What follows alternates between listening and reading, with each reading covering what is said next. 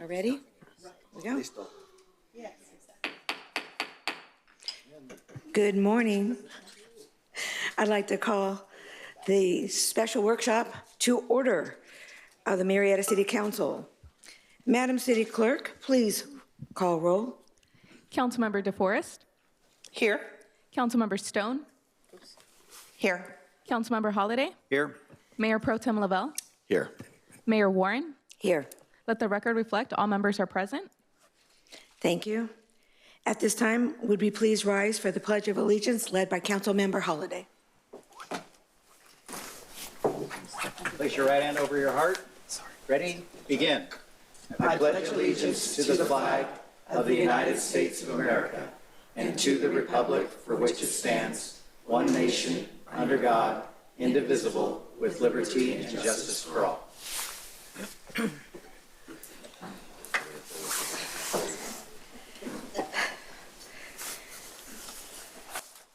Thank you, everyone.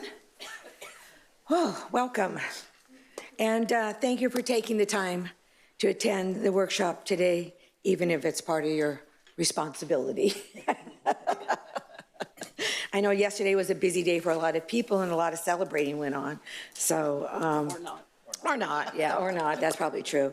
But today, everybody, we have an opportunity to listen, to learn, to ask questions, and to have an open discussion on many important issues facing our city so we can give clear directions to help our city continue to move forward in planning and economic development. As we work through today's agenda, we must be mindful about continuing to keep our community safe, along with enhancing the quality of life for all who live, work, and play in Murrieta. Although we may not always agree, we should always be aligned to what is best for Murrieta at the highest level of service.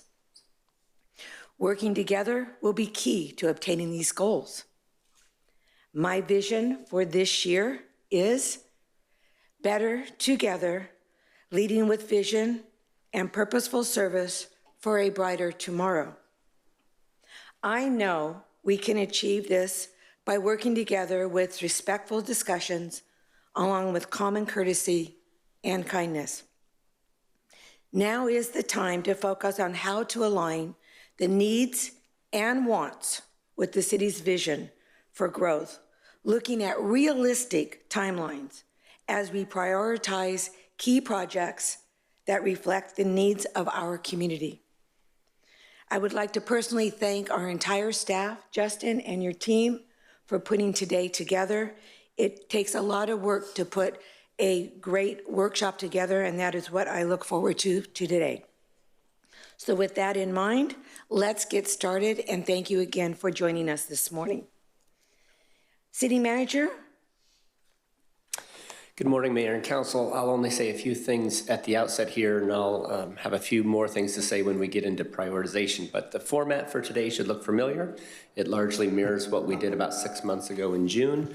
We'll have a conversation about some procedural things, administrative and council priorities, kind of the way we conduct our business, and then the bulk of the today's work will be done in the area of priorities and setting expectations.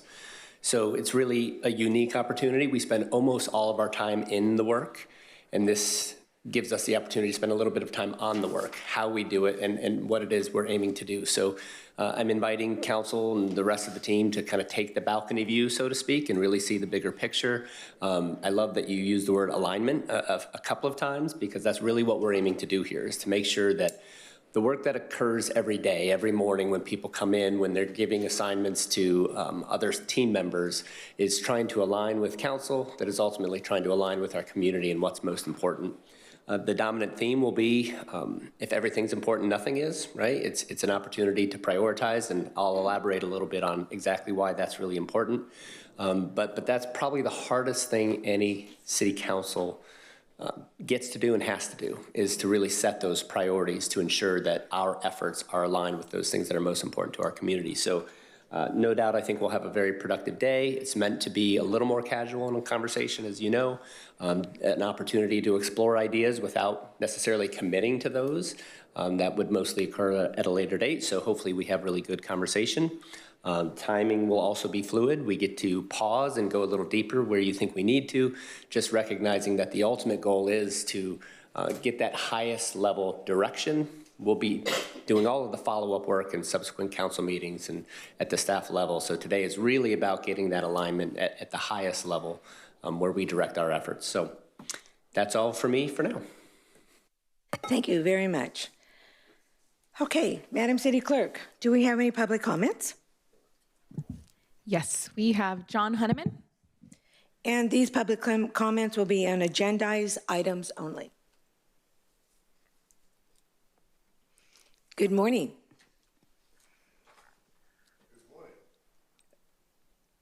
Hello to all the Eagles fans out there. I'm surprised you made it. Good morning. Always a pleasure to address the Murrieta City Council. I come here as a member of the Parks and Recreation Commission this morning and expressing some thoughts that we've had on that commission lately. And first of all, I want to say our Community Services Department does a fantastic job on a very shoestring budget. I mean, the things that they are able to accomplish and the events really enhance the quality of life here in Murrieta, and they are to be commended. One thing that has come up a lot at our meetings is the Cal Oaks pool. City councils long before this one have kicked the Cal Oaks pool down the road. They kicked that can down the road for decades to the point where deferred maintenance, failure to upgrade it for ADA compliance, and eventually they don't even make the parts for the pool anymore to keep it operating. So now, as we all know, the Cal Oaks pool is closed. That finally caught up to the city. So now that it's closed, we're just wondering what to do. There is an agreement with the school district to use the pool, but it's limited, and it's a temporary fix at best. And do the residents even want a community pool? That's the question. You see a lot of priorities, and people kick things around on social media, and sometimes it comes up and sometimes it doesn't. But if they do want one, what happens now? And if not, what happens to that area? More pickleball courts, more picnic areas, maybe a splash pad, or does the city just allow it to sit there and deteriorate? I stopped by there yesterday. I hadn't been there in a long time. Actually, the last time my family used the Cal Oaks pool was for swimming lessons for our 2-year-old. He's 35 now. But the pool is empty. It's got a little rainwater in it. There's no signs of any graffiti on it yet. But there is a very easy, scalable fence there.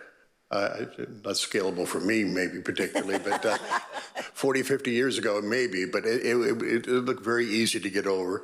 And it's only a matter of time before there is damage in there as it continues to be neglected, or maybe even worse, somebody gets injured at that site. And also the same structure where the pool is where the park's only restrooms are located. My teenage granddaughter plays travel ball all over Southern California, so we see a lot of sports parks from Temecula and Elsinore to Yorba Linda, Huntington Beach, Tustin and Irvine and more.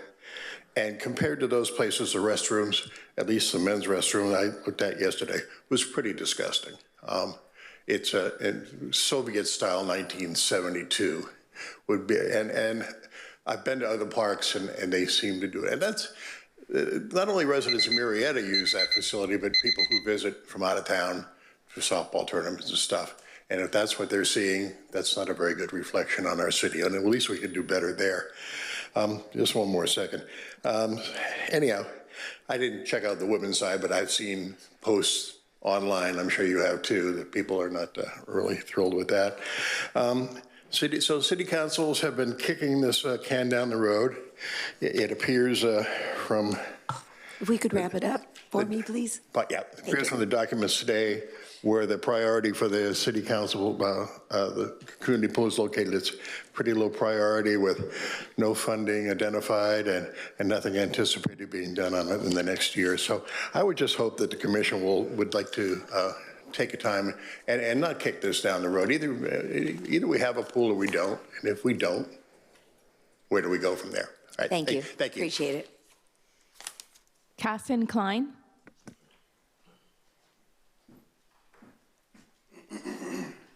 Good morning. Good morning.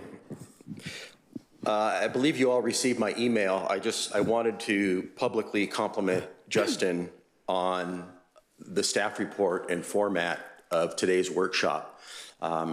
It seems to me that we've met now the Connected by Community with this new format and staff report. I might also add that this indicates to me that it's responsive. It's responsive to things that I personally have been at times fighting for, as you know, literally for decades. And it seems that we're there.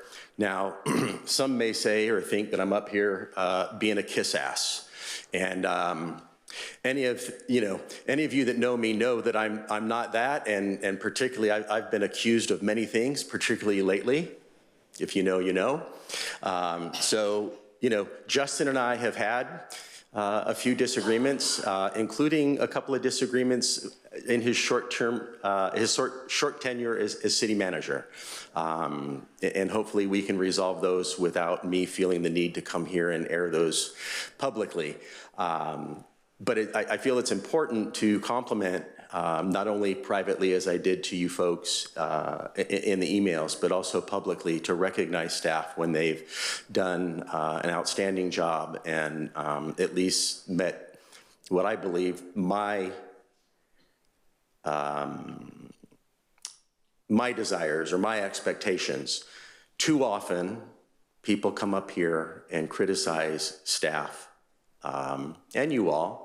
And so without the praise and compliment, so I just wanted to start off today's workshop by giving that overall compliment to Justin and to staff. So thank you very much. Thank you, Mr. Klein. That concludes public comments. Thank you. Well, then let's move on to our workshop.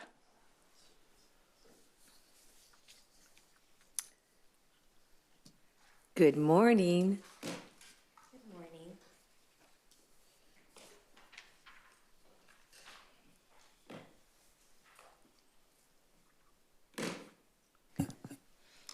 Good morning, Madam Mayor and morning. City Council.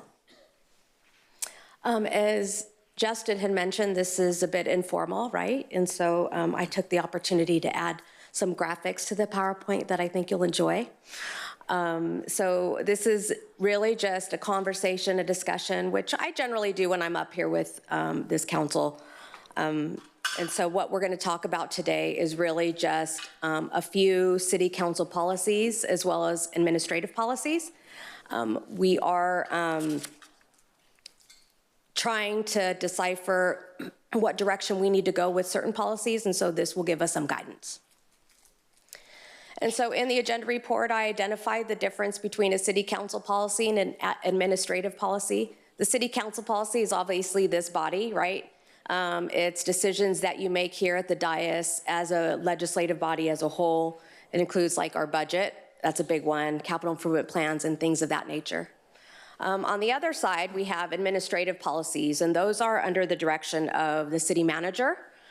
It has to do with the day-to-day functions of how the city, runs business, city services, and things of that nature.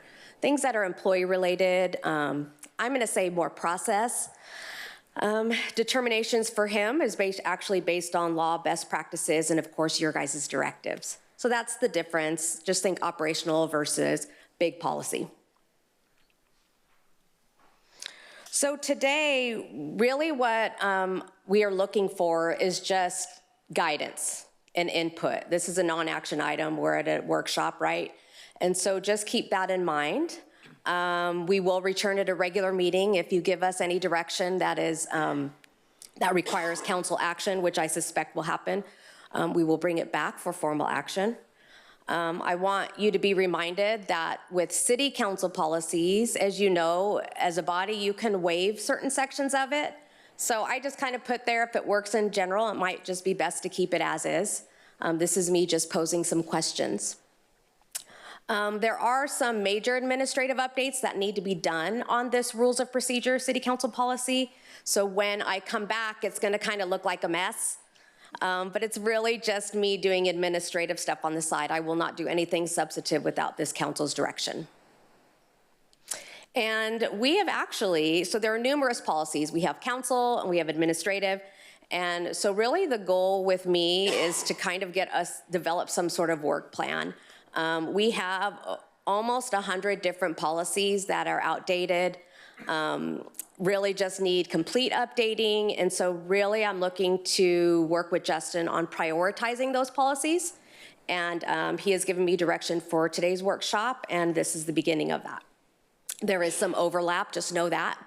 And so we'll resolve that as well. So if it's a council policy, but it really should be an admin policy, we'll resolve that. So we're not pretty much wasting council's time.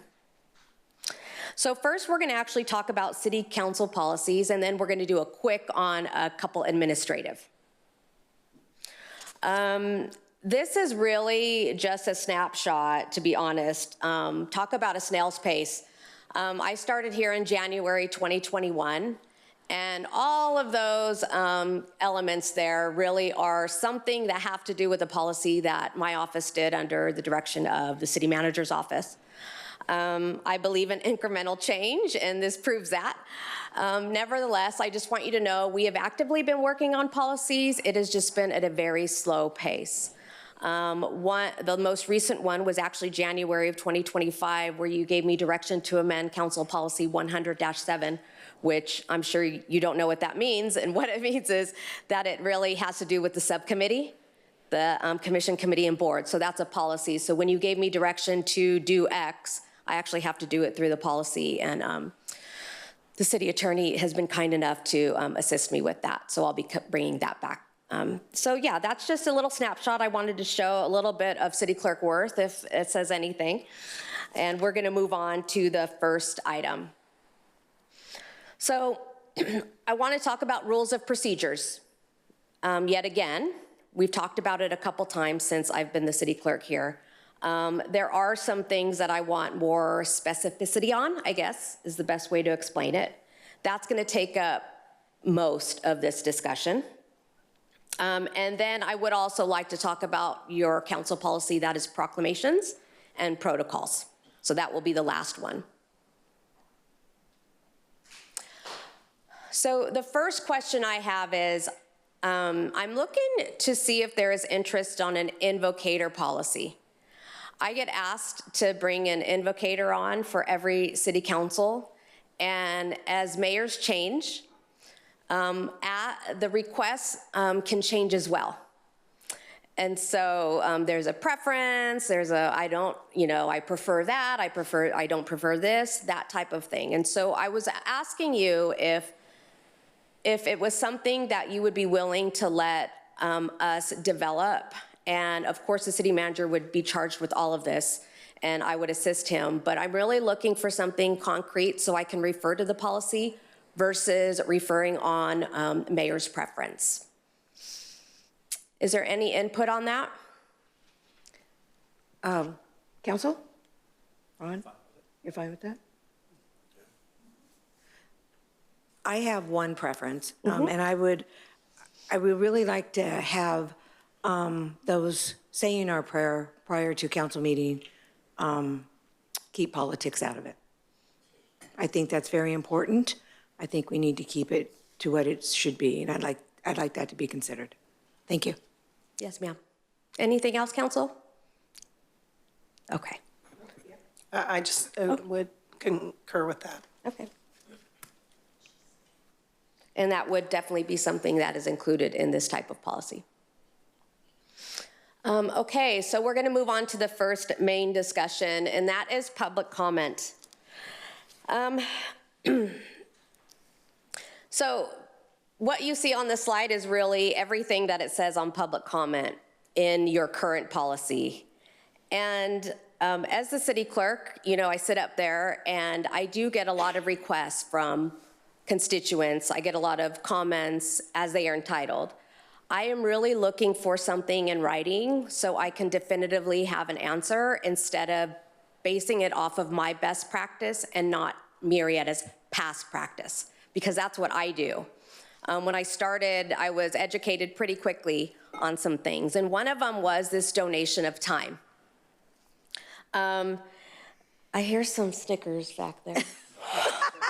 I mean, it's informal, but you're gonna laugh? So I really want, and again, this isn't about whether it's got nothing to do with me per se as the city clerk. I just want to be able to give the proper direction so I'm not just winging it, right? And so in the past, it sounds like Murrieta has allowed donation of time. Somebody can donate their time. Now, nowhere is it written in the policy. Donation of time, I would like up to 6 minutes. Mr. X is donating time, and then mayor approves or disapproves. So I'm going back and asking, do you approve it? Do you not approve it? And sometimes I get a yes, sometimes I get a no. So is donation of time something that this current council wants to continue to do? And if so, would you like it informal the way that we've been doing it? Would you like it at the discretion of the mayor? Would you like to put in the policy that there is no donation of time unless it's a group? I know that's a different type of donation of time. It's really just somebody speaking as the group. So I'm looking just for some input so I can kind of give some clear direction on my end. Man, Sure. I, being a little bit ignorant to this, statewide, what is normal? What is, do all cities allow donation of time? Like, what's the standard? Do you have an idea? Well, the city attorney might, or maybe even Mr. City Manager, but I can tell you I've worked for 2 other agencies, and one of them did not allow donation of time. It was a hard no. The second agency allowed it, and they allowed actually up to 9 minutes. Oh, I'm at, I like to see I think it's important that we have a level playing field, that people are treated fairly. And putting that decision on the mayor can be somewhat tricky, in my opinion. I think that we should stick to our three minutes, and with groups of 3 or more, allow them to have 6 minutes to speak on behalf of the group.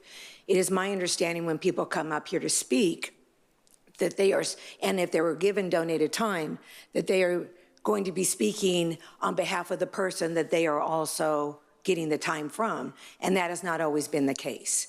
And so I would really like to see it, personally, I'd like to see it be on a level playing field that everybody knows what the time is and what is allowed, and there's no give and take based on whether you like the person or don't like the person. So that's just my input. Thank you. Thank Yes? you, Madam Mayor. For me, as the former mayor, yes, there were times where I did say no in donating the time. It depended on the issue. And when somebody's promoting something that they're doing that which is self-serving, that's where I have a problem with 6 minutes. But it's very important for us to allow the residents to speak freely. We've had several speakers that talked about crime in the city. Recently, we had somebody that spoke about water issues with their property. And so when it comes to self-promoting, I think it should be limited to 3 minutes. But if it's a very, very important issue that needs to be addressed, I would like to see them have the 3 minutes donated so they can articulate what the issue is. And especially if it's their first time coming, they're very unaware of, they're nervous, maybe they've gone off script, but the purpose for them to be here is to articulate what the issue is. And I think that we should allow the residents to speak for 6 minutes. That's my opinion, Madam Mayor. Wouldn't that be, could the mayor also give the person extra time if needed? If they were, you could see they were struggling or. Of course. I mean, couldn't they also do that? Is that possible? Because they may not have someone to give them 3 minutes. Correct. And In if the I may, audience. I just want to, for purposes of your clarification over there sitting as the city clerk, I'm not looking at the reason. Right. If they are speaking on a non-agenda item, they're not required to tell us what they speak on, and rightfully so. And so it would be very difficult for me from that chair to be able to make that determination. And I try not to make determinations when I'm sitting over there during a council meeting, if that makes sense. I just want to let you all know that. Well, and then we as a council you could always go back to the pleasure of the mayor as well and defer to the mayor if you don't want to change or set a policy. Do what we've done in the past. And I think constitutionally, you can't look at what the content of the speech. I think you could look at something like, do they represent 3 or more people? That's an objective standard. But when you're saying what the content is, that can't determine the number of minutes they get. John? The 6-minute idea, I see where you're going. If you don't have guardrails, that might invoke someone to get another thought and just kind of wander. So I know we have several speakers that I don't know how they get what they get in the 3 minutes. So it's Amy is just amazing. Yeah, she is. But it can be done. Yeah. We've seen it. Time and time and time again. Yeah. I actually like the idea, if you're okay, like the mayor discretion. I think, Okay. If you want to handle that on That's a case fine. by case. I think that we should stick with our 3 minutes per speaker. And if it is a group of 3, to use that objective standard to allow them 6 minutes. And if somebody is struggling, of course, the mayor will have discretion to let them at least finish their thought. But I think we should have 3 minutes is a long time to speak, and we can't speak back. So, when they're speaking to us, it's nice to be able to actually direct them out to the lobby if needed, like you always have done, and I did while I was mayor as well, to direct them for an answer. So that's just my 2 cents. Councilmember Holliday? Yeah, whatever we end up with, which I would be leaning towards what Councilmember DeForest said, it's got to be equally applied to everyone. agree. And that's the thing. It can't be based upon different criteria. Groups obviously is an exception. And if someone's struggling because it's their first time, or if they have special needs or something, that's always an allowance. But if there's You just undid your mic. if there's 2 people to speak on an item, one's donating time, they both can get up and speak. You're right. Correct. And then we're hearing from more people. And a different perspective as well. Okay. So Mayor, I have a quick question for Certainly. you. At that time, are you going to publicly say to the speaker, I'm going to give you additional time? If I see them struggling, or if I see that they have not, if they're having a difficult time, yes, I probably will, most definitely. Yeah, I don't want to shut somebody off because they're nervous or they have a disability or something like that. But I do want everybody to be mindful that 3 minutes is 3 minutes, and please get your thoughts in, finish up as soon as possible. So, again, I've seen time and time again where people did need 6 minutes. And while you are the mayor and that will be reflective of you, may not necessarily be the reflective of a future mayor. And I think putting a restriction on somebody that has a right to speak and they want to ask for additional time, they should be able to have an additional time.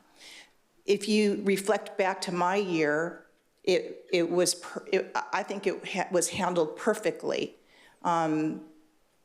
There weren't very many people that spoke past 3 minutes. There were a few, and they had valid reasons to speak.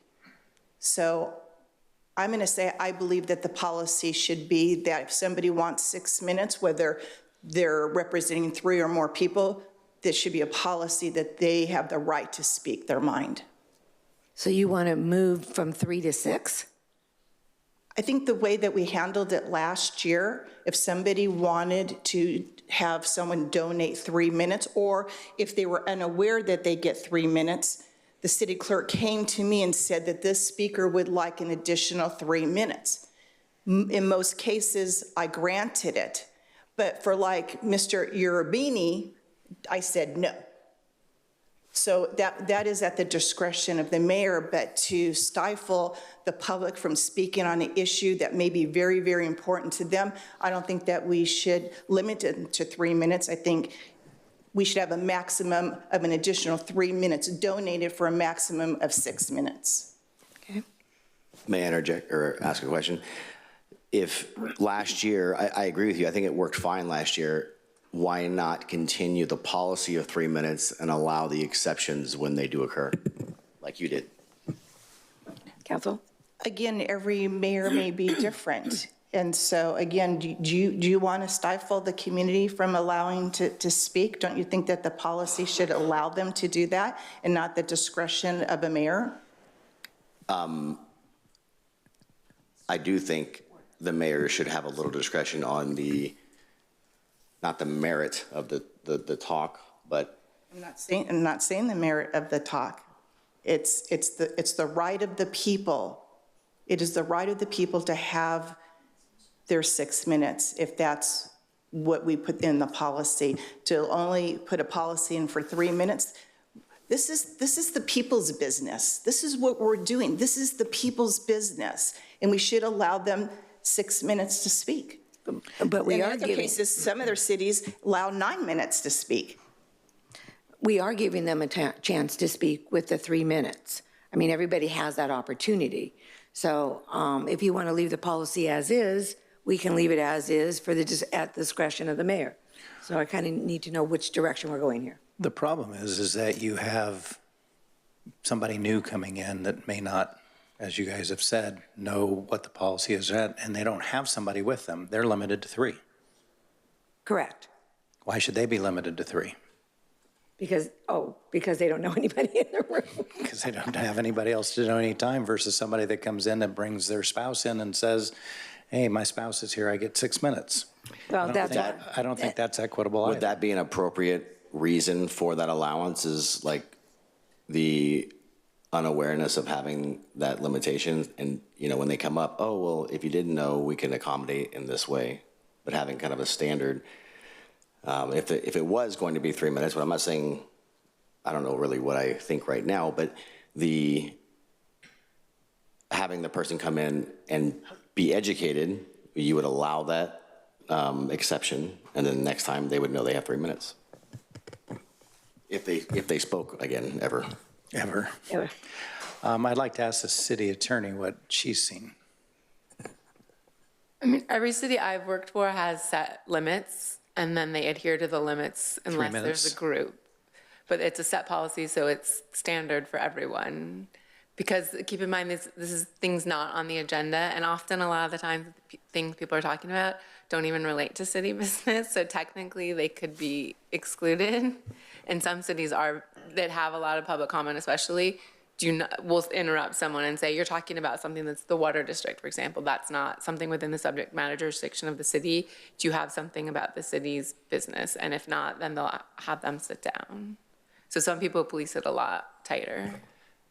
I know some jurisdictions limit the amount of public comment to a specific time of the meeting too. You can do that. So if public comment on non-agenda items is from this time to this time, and if there's still more people to talk, then it gets moved to the end of the agenda, which is not ideal, obviously, but. Not that I think the person sitting in the officer chair should have that type of discretion. I do see the city attorney's point of removing any type of missteppings on just having a policy. But also that's one of the primary goals of the person who is the chair for the year is they run the meeting. So they do get that discretion. That is a slippery slope, though. I didn't think about that. It can be, yeah. I'm kind of changing my mind as I'm talking, so. So I think we need to set policy and less discretion. I agree. Do you need like a motion or? No, she just needs direction. Okay, just Yeah, direction. Just direction. Yes. I think we should add objective standards with a set 3 minutes. And the objective standard would be for groups of 3 or more to allow for 6 minutes. I'm going to disagree with that, Madam Mayor. Okay, that's fine. Councilmember Lavelle, you're sitting there pondering. I'll increase the time in a policy. I don't know that I want, maybe do 5 minutes. I don't know, just to, is 6 like a? No, you can say I don't know. You can set anyone you want. I wouldn't recommend increasing the time per person to speak. I just think there needs to be some parameters, and I would like to remind this council that this is the people's business, absolutely, and they have the right to speak, and I am an advocate of that. It is also the responsibility of the mayor to make sure that the meeting is run efficiently and effectively and timely. And so just keep that in mind. That is something that has to be thought of, which is why we're here. So however you want to do it, I have seen it, I've heard of it, in the ways that Councilmember Holliday has expressed. It's really up to the pleasure of this council. I will say I saw at the school district, Murrieta School District, that they look at the number of speakers at the beginning of the meeting and determine the time at that time for every meeting. It's not a standard time. It's like, okay, we got 15 speakers, everybody gets 1 minute. Yeah. We've done that. I think when we had one topic or something, it was limited. To two or something. I think we did. Forget. Yeah. Well, I'd just like to see a standard. I'd like to see a policy standard of 3 minutes plus if you want extra time, a group of 3 to be the minimum. That's just my opinion. So where are we going to go? So Councilmember Stone is not in agreement with that. Councilmember Lavelle, Mayor Pro Tem, my apologies. Mayor Pro Tem doesn't even know what I think right now. I'm going to wait for somebody to recommend something. Okay. I just did. I just did. What'd you recommend? I just recommended 3 minutes per speaker, unless you're a group of 3 or more, and then you could have 6 minutes if asked for. Is that a motion? No, there's no motion. We're just trying to give directions. Just a consensus. Yes, that's all we're just trying to get. And remember, we will be coming back with this for Correct. full discussion at a city council meeting for adoption. I think I want to give them. I think I'm okay with more time. Okay. So that's a no. I'm going to lean in that direction. That's a no to what I would like to do. That's fine. Yeah, I agree. And then the time to be determined for the group can be when we discuss it. Okay. You know, because. I'm fine with that. So the direction I understand that we are giving is 3 minutes per person, group of 3 or more. If they ask for more time, up to 6 minutes. And you'll bring that back to us and we'll discuss it later at a future agenda. Yes, ma'am. Thank you. Thank you for that. We'll move on. Yes, and I am going to continue on public comments. So I'm going to throw something else at you. So when I'm up there as the city clerk, sometimes folks come up to me and we're talking about the consent calendar. And folks have informed me that in past practice, I've talked to some council members about this already, that in past practice, Murrieta has allowed 3 minutes per consent calendar item versus 3 minutes for the consent calendar, with the exception of it being pulled, okay? So if it gets pulled, they get 3 minutes. It's really about when somebody speaks on consent calendar, if they want to speak on 2 items, I allow them 3 minutes. That's what I'm accustomed to. That's the practice that I come from, but others have informed me that it has been different here in the past. So I'm looking for guidance on whether or not you believe consent public comment should remain at 3 minutes as we are currently doing, or if it is something that is per item. Council? I can remember maybe once when consent was spoken on, so I don't think this one needs to change. My personal thought. I agree. I believe that it should be 3 minutes for the consent calendar, but if something is pulled, then when that comes back up, another 3 minutes to discuss that item only. I agree, 3 minutes has worked out fine. Okay. Status quo. So I can go ahead and document that because that does not state, it's not stated in our policy. Is that fair? Please. Great. Thank you. Please continue. All right, and then lastly, under public comment, I would, this is just an ask, I would like to add public comment under presentations.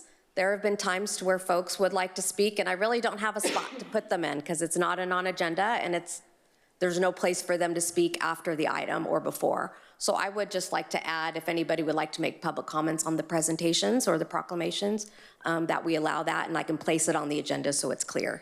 I think we should, my opinion would be to lower that to 2 minutes. What do you think about that? 3 minutes. You want to keep it at 3? 3? Yeah, 3? 3 minutes it is. Okay, thank you for that. That has helped me tremendously. Great. Can I ask one thing on the public comment?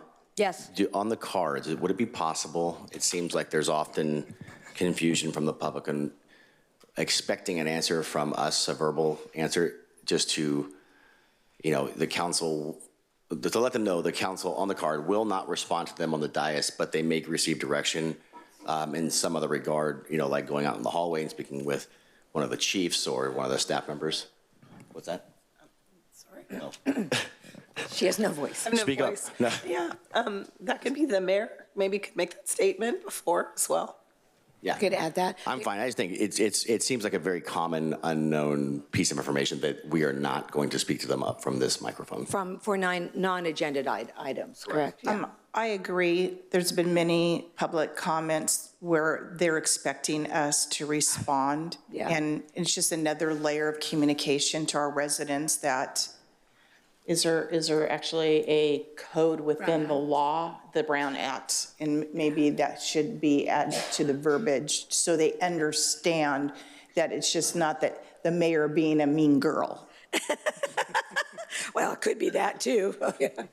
But thank you. Yeah, I think that's a very valid point, and we should be adding that to when we talk about that response from council. Okay, I have that, and that's actually a really good suggestion because I do get a lot of questions as to why didn't they answer me. Right. So we'll try and do a better job at that, and we'll document it, and we'll make it as part of the announcements. Okay, thank you. So moving on to consent calendar. We've already talked about the time limit, so thank you for that. Really, so consent calendar, the point of it is it's just routine, right? And sometimes there is discussion at the executive team level as we are preparing the agenda as to consent or not to consent, right? And so I wanted to open up to this council because sometimes items will get pulled because of a dollar amount, or it will get pulled because they think you all think it should have been a discussion. So based off of what the policy says and best practices, it really is non-controversial items. It doesn't really have to do with the dollar amount, but that is at the pleasure of this council if that's something you're looking for. And we're trying, the goal is obviously to try and not have consent calendar items pulled because it should have been discussion, right? It's different after you've read it and you've thought about it and you're like, oh, I just have some questions and I really need to have a robust discussion about it. What we're trying to prevent is that we're putting it in the wrong placement on the agenda for purposes of what you are seeking. So is there any, as I have noted here, it contains multiple items to be voted on. It does save time for valuable discussion when it is on consent, as you know. It does require that the city council read the agenda reports in advance. That's always very helpful. And they tend to be self-explanatory. Those are consent calendar items. So just knowing that, is there any preference or any suggestions that you all have based off of me expressing that the executive team does struggle? If we see a high dollar amount, even though it was already approved in your budget or CIP, we put it under consent.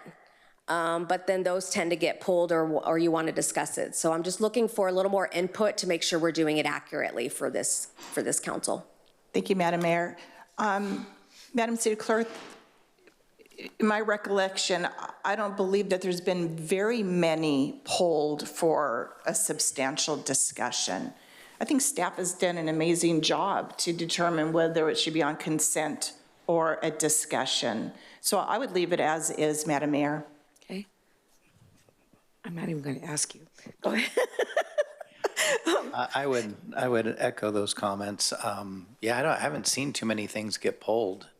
I think you guys have done a great job. I imagine that behind the scenes it probably is a challenge to figure out what should and shouldn't be, but I think you guys have done a great job, so I wouldn't change anything. I would echo that as well. The only thing I would say when I hear a consent item pulled is usually for transparency for the community. And, maybe the community just to highlight an item. So maybe when you're making the decisions to go one way or the other, just to make sure that we are transparent leading forward. Okay, city manager?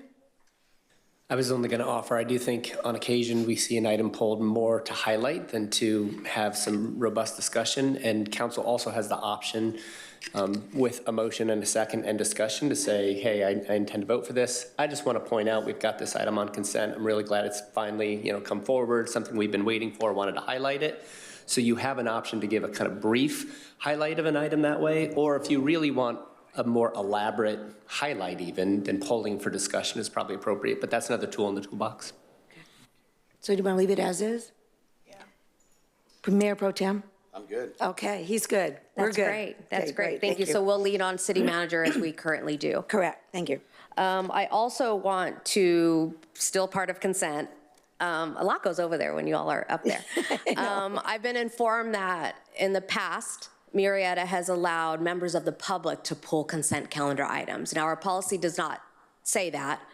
I just want to, because this is something that's been brought to my attention numerous times over the years, I just want to make sure that this council is still giving us direction to only council members can pull consent calendar items for discussion. I think that the public should be able to pull a consent calendar item. Again, this is the people's business. Okay, thank you. I concur on that. Back in the day, Here we go. here we go. Here we go. Back in the day, a member of the public could pull a consent calendar item, but it got placed at the end of the agenda. Interesting. Why? Why was it placed at the end of the agenda? Because I don't know why, that was the policy. Just because. Probably because they wanted to get through the order of business that was already in front of them, and if it was something that was controversial, going to take a long amount of time, they didn't want to have the entire audience sit through that discussion first. Being consent, typically, the other side of that equation was that it could be so short and so not benign that it wouldn't have. I'm just telling you what the previous policy was. I'm not advocating for either. Okay. But again, we allow 3 minutes for them to speak. Well, you always get the public comment. The question is whether they can actually pull the item. That's different. Yeah. Got it. That's more authority, and I have not seen that in another Yeah. city. Again, I think it's for this is the people's business. Yeah, so the question I have. When do you talk? Yeah. Is if you're going to allow the public to pull something, when would it be placed on the agenda? I don't have an opinion on that. Well, so being that I'm on my 5th year, there has not ever been in all the years that I've been serving an issue with somebody pulling it and specifically addressing an issue. There was a item that Mr. Klein wanted to pull at one time, and then it didn't get pulled because we didn't have the policy. It was like recent. It wasn't that long ago. It wasn't that long ago. He said, that's I'd like to correct. pull it, and wasn't aware that that was not a policy, and it did not get pulled. He was able to speak on it during consent calendar, but it did not get pulled. And Councilmember Stone, just to remind this council that you haven't seen it because I haven't been allowing it. Got it. Yeah. Can you, Crystal, could you speak on how frequent that request does come up? Just curious. It doesn't come up very often, but I have a few constituents. They are the same constituents who have asked. And I would say probably a handful of times each year. It kind of gets regurgitated, right? Yeah. I think as a new council or a new mayor, it's not a whole lot, but it does get brought up. And so I wanted to address this last year with Mayor Stone, but didn't get the opportunity. I can also tell you that I also do not have a preference, but that's neither here nor there, except that I think that if you allow them to pool, which in one agency I worked for, it was a definitive no. That was Newport Beach.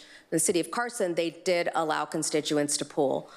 They did not place it at the end of the agenda, and it can extend the length of the meeting because some folks will pull several items.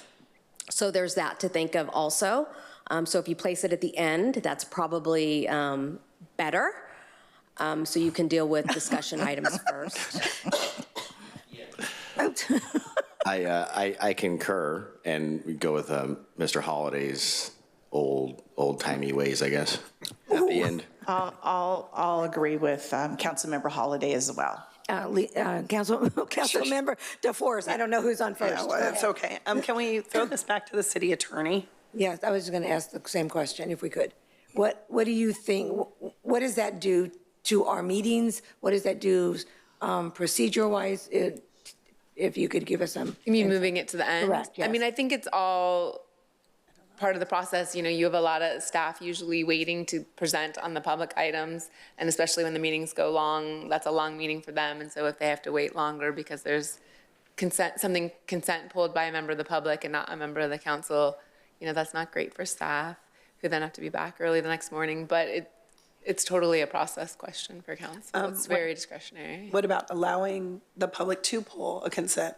Do you have any other? In my experience, I've not seen that before. They're allowed public comment, and then from that, a council member might say, let's just go ahead and pull that. But I have not worked somewhere where they've let a member of the public pull. Thank you. I think I'm leaning in, I do want the public to be able to pull anything that's related to city business if they have a comment on it. So, Keep in mind, they already have the ability to comment on it. Correct. This doesn't give them a new ability to comment on it. It just brings it to the council for discussion. after comment, though. But we we can could talk do- about it after But they pull it. we can pull choose it to if- pull yeah, it if we- if the comment under Oh. consent calendar is something that's like, oh yeah, we should probably talk about that. What if none of us like the person that chooses to talk about it? I think I'm then kidding. You'll need therapy. And keep in mind that whatever policy direction we give today, if it's for some reason it's abused or doesn't work, we can always change it. And also, maybe, do we have a napping room for staff? I mean, we have a pod that they could go in and have privacy. Maybe we need to have a City napping manager, room I'm now. gonna I would call like to use that. I'm gonna call on our city manager. Yeah, just a little perspective, and recall that because an item can be discussed, a member of the public could come forward and say, there's an item on consent that I would like you to pull for the following reasons. If a council member agrees, it can be pulled. What can be awkward, and I worked for one agency where a member of the public could pull an item, so they would speak to it, and then it was pulled, and then it was introduced, and the council was looking at that. None of the council had anything to discuss. So then the member of the public just reiterates what they had already said in public comment, and they say, thank you very much, and they move the item and approve it. So you really do have the discretion to address it if you think there's good reason, and then it can be done right away, as you would typically do with a consent item pulled. But if you simply don't agree, because sometimes what they may be saying is, I want you to pull it and vote against it. But council's disinclined to do that. Council wants to approve it. Saving it to the end to introduce it just to approve it might not be a great use of time, but if that member of the public brings up a really good point, and it should be discussed, then you have that discretion already. To pull it at that time. To pull it. So the public comment is a good time for someone to give you a good rationale to pull it. If you agree with it, you pull it. If you don't, you don't. I would really like to leave it up to council to make those decisions. That's my point of view. So I'm going to ask for direction to give to our city clerk. I agree. You agree? You agree? Say that one more time. I said I would like to leave it to our discretion, the council's discretion, to pull it based on what we hear from public comment. There's one danger in that, What is that? and that's if the member of the public, let's just say there's a mutiny up here in years and years to come, that we are all five not in the best interest of the community, and that power not be given to the constituent to actually have their voice heard or their. They can always speak on it. And then we as a council will have the opportunity, yeah, gosh, I didn't think of that. Oh, let's go ahead and pull that so we can have a further discussion. That allows us the opportunity to hear what they have to say, and then if we feel that there is a reason, then we can pull it as a body. Under that scenario, if this council, some future council goes off the rails, having a member of the pull it, they can already have 3 minutes to talk on consent calendar. If they pull it, they're going to spend another 3 minutes talking about it, and the council, the corrupt council, is going to say, yeah, we don't care, Yeah. and do what they want. It's not going to change. I think I would want the council to have to say that. Like I say, that council can change its policy. Yeah, if If the council wants to say publicly, we hear you, but we don't care, I think that has merit in that process, from what I can see, I guess. So I'm going to go back to the original direction and just let me know yay or nay or whatever you want to do, that we would, God, I've now lost my train of thought. That we would allow the public to comment on, not allow them to pull it. We would pull it if after listening to their comment, that would be up to our discretion. With that, so Ron? Sorry, no, Councilmember Holiday? Okay. Yes? I'm not for that. I think that the residents have a right to pull it and speak. Okay.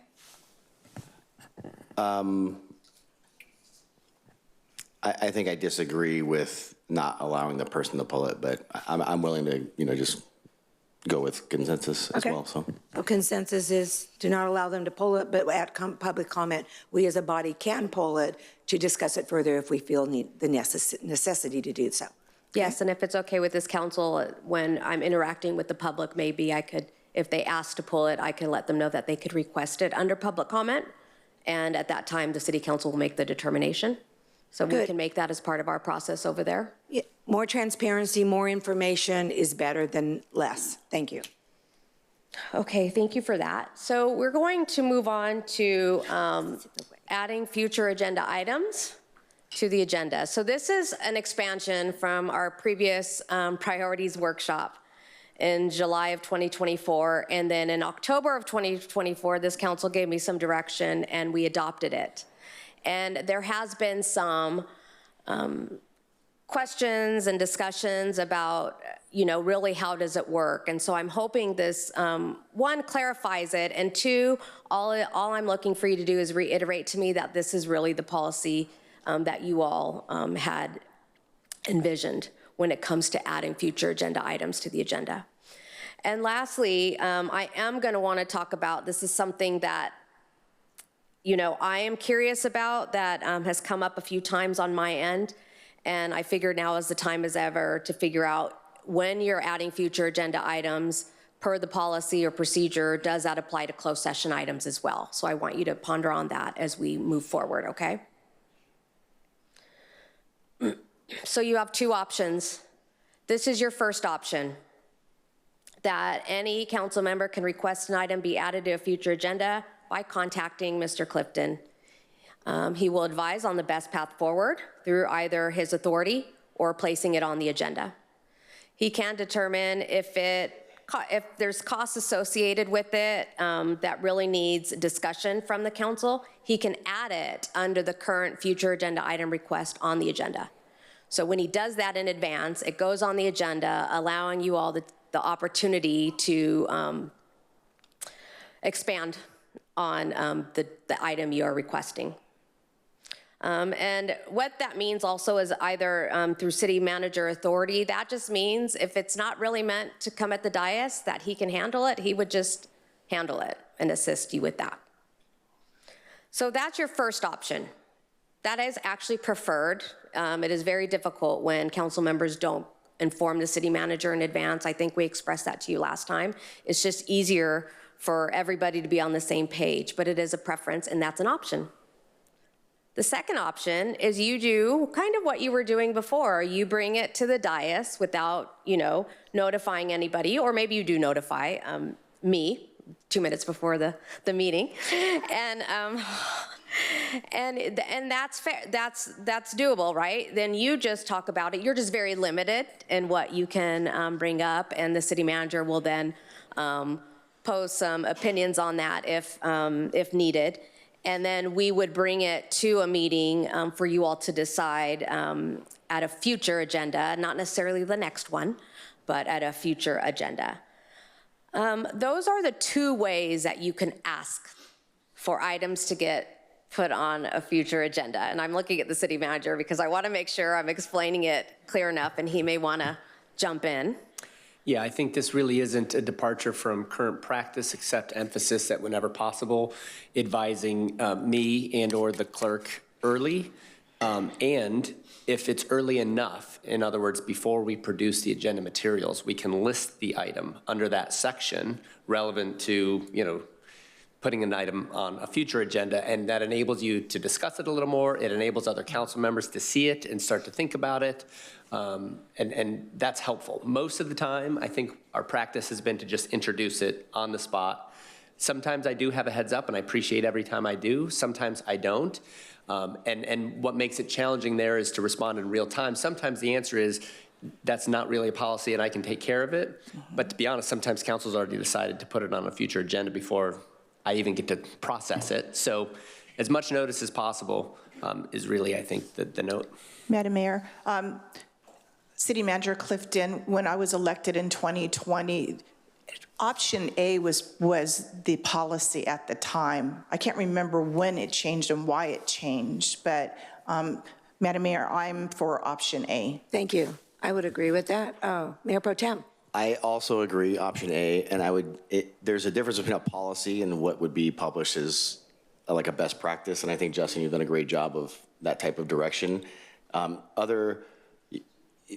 We may not have that same type of support in the future, so just saying it out loud, that coming to you for that type of direction, whether it's policy, and again, you've done a good job of not trying to push us in a direction of the ask and more direction of how it should be addressed in a more appropriate manner. Absolutely. I'm gonna go to Councilmember Holliday. Sorry, he had his button on first. I don't care. I think we need to keep option B, though, as well. I would keep them both, option A being the preferred. I would probably change option B to say that you still have to inform the city clerk and the city manager. Option A obviously gives us the ability to speak about it. It also gives transparency to the public because they know we're going to be talking about something that could appear on a future agenda. So I think that's worthwhile. But option B, sometimes something comes up a day or two before a council meeting, and it's like, we need to pay attention to this. And so I think option B should be there. It just should be added that we're going to inform the city clerk and the city manager prior to that, as soon as we know, but prior to bringing it up during that agenda process. That would be the only change it would make. How do we have two options? How would you do that? How would you do it? That's what we have now. So you would do. This is currently what. Okay, so the preference would be option A unless there was an emergency type of situation. Is that what you're saying? Okay. Yeah, she's just putting in the policy and writing the only two options you have to put something on. Councilmember DeForest. I'll just caveat back to what Councilwoman Stone said. When we were elected in 2020, it was two. Remember, to get on, you had to go to the city manager and send an email, and two council members had to do that. So I know that's currently not in option A.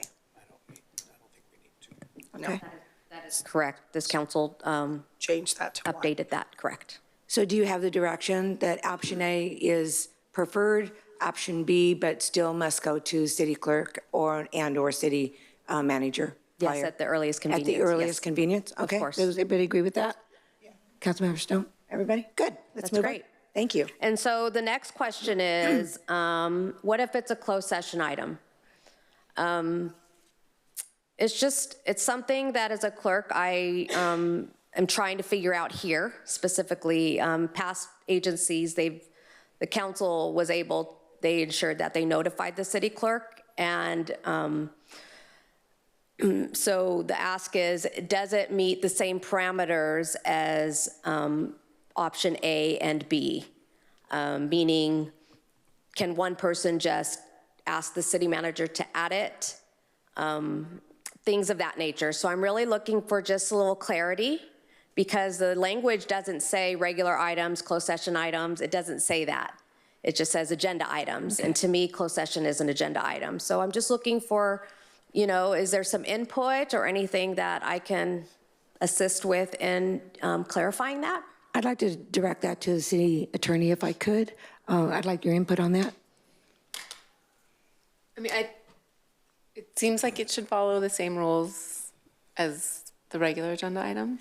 And, okay, would that mean if they wanted something on a closed session, would they need to go to you first to make sure it is actually a closed session item? No. And not a public item? I mean, that would definitely be a good start. Right. Or city manager. I mean, there's been times where my questions and comments with regards to closed session, I go directly to the city manager, who will make the decision whether he needs to involve the city attorney. Okay. And I haven't done anything last minute, because once the agenda is out, you know, I'll wait for when he decides it is best suited. There has been a request that I've made recently. He is working with the city attorney. The city attorney will let us know when we can have that discussion in closed session. So I think it's important that we go to the city manager first. So should we not have option B? So if you want a closed session item, it would be option A only. Would you agree with that? So, Madam City Clerk, that once it's published, if there's a last minute item, are we allowed to put something on the closed session agenda, or would we have to wait for a future meeting? Well, I'll lean to Tiffany for that. I mean, it's a question of whether you have the conversation in public and bring it up on the, at the end of the meeting. You know how now for public items, you would bring it up at the end of the meeting that I'd like a conversation about this. It could be that you start with that conversation if the agenda's already come out to get it on the next agenda, or you wait and start the conversation with the city manager. But if it's a closed session item, we wouldn't want to do that publicly. I mean, it depends on what it is. It could be some, like if it's the real estate negotiations under the Surplus Land Act, like there are a lot of closed sessions that you could bring up the conversation, or like, I'm thinking about, you know, something to do with like labor negotiations. And so there are a lot of reasons that you might have a closed session idea that you could talk about publicly, or at least cryptically enough to see if there's consensus on the council. Yeah, leave it the same, right? Both options? You want to look at, you want the same for both closed and? Yeah, I don't see any reason to change it. Okay. Councilmember DeForest, okay.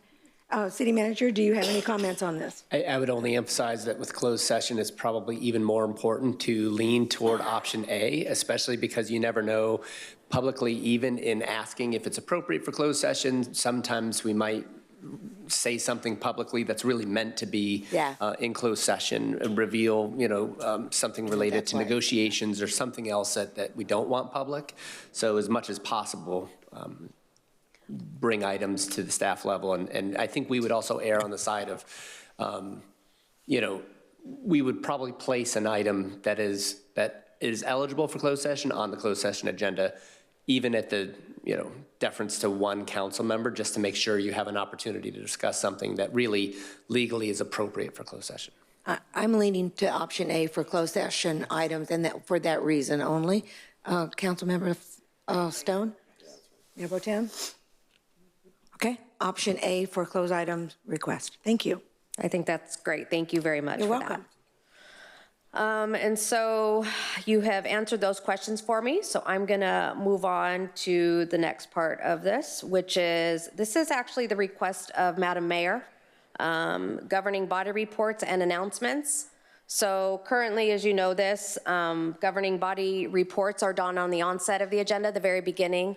And that's really when they have the opportunity to provide reports on attendance of city-affiliated organizations that handle city business. The second part of that is governing body announcements, which is done at the latter part of the agenda, and those tend to be more, you know, I would say, you know, fun and really what you all have done to show the community what you all have done and what you've participated in, but it's not really city-affiliated business per se. It's important, but it's not city-affiliated business. So the mayor has asked me to bring this to the dais so you guys can have a discussion on whether or not you would like to combine it all into one, as I think it was that way when I started, or if you would like to keep it as is. And so I will leave that to Madam Mayor. Thank you. The reason I brought this forward, it was something that I had been witnessing the last few years, that by the time we get to our governing body announcements, there's nobody in here to hear them or see them. And then Councilmember Holliday brought it to my attention again a couple of weeks ago, and I said, yes, I thought that would be something that we could combine together. We could do it at the beginning of our agenda when we have an audience that might be interested in hearing about it, and then not at the end, not split them up. So that was my reason for that. So, Madam Mayor, I'd like to give you a little bit of history of why this was changed, and it actually has to do with our former council member, Christy White, that's sitting in the audience. You know, we all sit on regional commissions, and when she was sitting here on the dais and we were doing our reports on our commissions, ad hoc committees, and so on and so forth, there were council members that were not reporting out. And so it was because of her efforts, a reason why this was implemented, and I want to thank her for that, for her insight, because it's been very important for us to report out to staff, to our residents, what is going on in our commissions and ad hoc committees. And so I wanted to give you a little history of why we brought that forward. And I agree, it is very important for everybody to know what we are doing when we're not sitting up here, and that we are working very hard for the city and our residents. I just think if we did it all at one time, we would give ourselves a little extra time to do that. Maybe give ourselves 4 minutes or 5 minutes. And, you know, that would be something we need to discuss. But if we did it all at once, I think Mr. Holliday would be extremely happy. And I would still suggest that we do the governing body reports first. And then followed by the announcements right after. Okay. I think that's fine. That's good? Good. Okay, there's your direction. Would you like to increase the time limit? I was getting there. No, I think we only have 3 minutes. We only have 3 minutes. You have 3 minutes for governing body reports, and you have 2 minutes for governing body announcements. So 5 minutes total. 5 minutes total? 5 minutes total? Yeah. Is that good? Yeah. Good? Mr. Holliday, 5 minutes, okay? Doing both at the same time. Yeah. Perfect. There's your direction. And thank you, Christy, for making sure that people do report out. It is very important. Okay, thank you for that. And so now we're gonna move out of order of business. And I just want to talk about one more city council policy. And this one is just proclamations and protocol. I've got to be honest, I believe that this actually should be an administrative policy. And looking and reading it, it is written very much so like an administrative policy, but I'm seeking guidance on that as well because it's very procedural. But what I wanted to bring to this dais was the types of recognitions that are available. Proclamations are intended for, it says, it's pretty clear, reserved for those whose special contribution is well known in the community over a period of time and should be signed by the mayor. And it is directly benefiting the Murrieta community or raising awareness of an activity that considerably impacts the city. And I'm not saying we haven't been doing that. We tend to get a lot of requests for proclamations. The public also has the ability to request through the city's website. And the policy says that my office has 2 weeks to get approval from the city manager, who actually approves every proclamation and certificate of recognition. And we have 2 weeks to do that. And I can tell you that it can be exhausting. It takes time because my office does have to actually research, is this really a thing? Is it political? Is it religious? Is it not? And then we seek guidance from the city manager after we've done that. And by then, believe it or not, a week has gone by and they're expecting it to be on the agenda or this council to present it. The policy currently also says that not all of them come to the city council. Proclamations, it's very specific, and for certain reasons, this council as a whole introduces it and reads it and presents it, which I think is, I think it's actually pretty special for constituents to get that. I think it's very, you know, it just impacts the community to be able to show what they've done. And for this council to recognize it publicly, I think is a great asset. I am looking for, I'm looking to change this from a council policy to administrative, and when it comes to the procedures. But if you allow me to do that, when I return, I will then bring maybe some clarifying language on when it's a certificate of recognition. We even have an official key to the city. And there's a lot here, and I would really just like some clarification on what this council is wanting. Can I ask a question? Yeah. You sure can. Thank you. Apologize. Can you read that last sentence about the justification for the proclamation? Mm-hmm. Includes an event that has directly benefited the Murrieta community or raises awareness of an activity that considerably impacts the city. Considerably. Impacts. I would put positively impacts. No, Noted. I'd like to leave it up to you to bring that language back to us and so that we can review it and discuss it and either approve, change, or deny. And that would be my suggestion since it's in your purview. What do you think, Councilmember Stone? Yes? I'd like to, what are the requirements to get a key to the city? We don't know where the I've lock ever is. seen one. We don't know where the lock is. It's in my office. Yeah, hidden. That's a real thing? Yes, it's the determination on whether or not to issue a key rests jointly with the mayor, city council, and city manager. So that's not vague. And generally, this is the least common form of recognition, should be presented to a person or organization that deemed extraordinary by the city council. It will be done at a city council meeting under an agendized item. And in order for an organization or person to receive the key, the city council must be unanimous in their support. That's like the most popular way in the movies to get recognition from a city or a And mayor. it's the least popular way. I know highest some award. cities do give out keys to celebrities and other nonsense. I don't think we ever have in the city. No, we have ever not. given That's a what I've key to been the told. city. Do we want that policy to stay as is, or do you want to remove it? We should would do leave it. it in there. We should do it. Yeah, we should start doing it. If we have it in a policy, why haven't we done it? Because nobody's extraordinary. Okay, I guess we're going to leave it as is. How's that? Does that Okay, sound and fine? So I can return just with some things that I think would be helpful for everybody. Correct. Is Can that I fair? interject one more time? Sorry. Yes. Can we maybe get a little push in that direction? I don't know if you could identify maybe potential candidates for this key in the language, whichever, how that's designated, or council, if you know of anyone that would be an honorable recipient of, I think it's a positive thing to get a key, right? Yeah.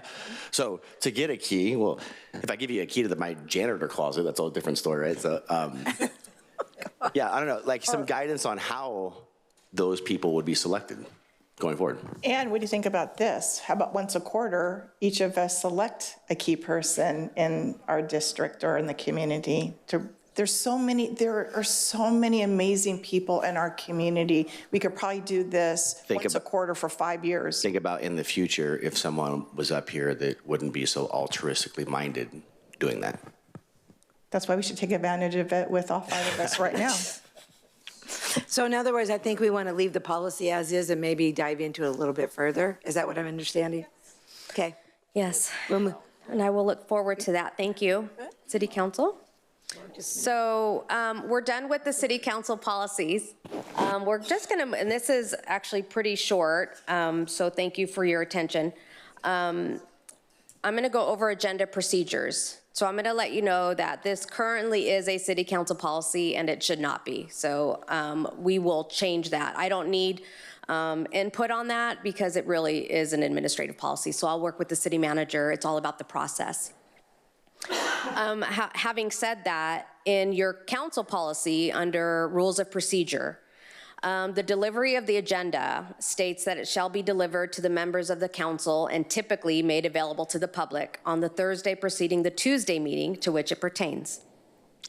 There have been some questions from this current council and prior council since I have been here in 2021 about getting it earlier, things of that nature. And I've expressed to each council member the challenge that would put on staff. But because it has been something that's been brought to me several times, I want to bring it to the dais to see if we're giving you what you need when it comes to agenda packet day. You notice it doesn't say on Thursday by 8 p.m. because it's very difficult for the clerk's office to get it a specific time. It just ranges depending on what it looks like, what we've encountered. So is the expectation of this council met in this current procedure policy, or would you like it sooner? It's fine. You're good? We're good? Can I say something, Madam Mayor? You may. know, Madam City Clerk, I just want to commend you and your entire team. I know it's very difficult, especially with last-minute changes, and I know that you've been here late many times with last-minute changes, and to impose for you to have this ready on a Wednesday now, I think that it would be really a hard lift for your entire department. So I think that the policy, the way it is good. I concur. Councilmember Holliday? Concur. Concur? Mayor Pro Tem? There you go. Thank you. I appreciate that. And just for the record, it really is all city staff, not just us, because when we stay, they stay if it's their item. So I appreciate that the executive team does that for me, and they're all very responsive when that does happen. So thank you for clearing that up. So I think this is the last policy we're going to talk about. It's still part of the agenda procedure. And this is really a city manager and city clerk ask. And so all we're looking for is just a little input. As you know, your agenda reports have certain sections, and the sections are listed there on this PowerPoint slide. I would like to talk about the ones that are highlighted or in bold: recommendation, prior action vote, city council goal background, and attachments. This is our effort under, new city manager to be very efficient. And we just want to make sure that what we're providing to this council, it's a new year, a new mayor, are you all getting what you need to be able to make the decisions that you do up there?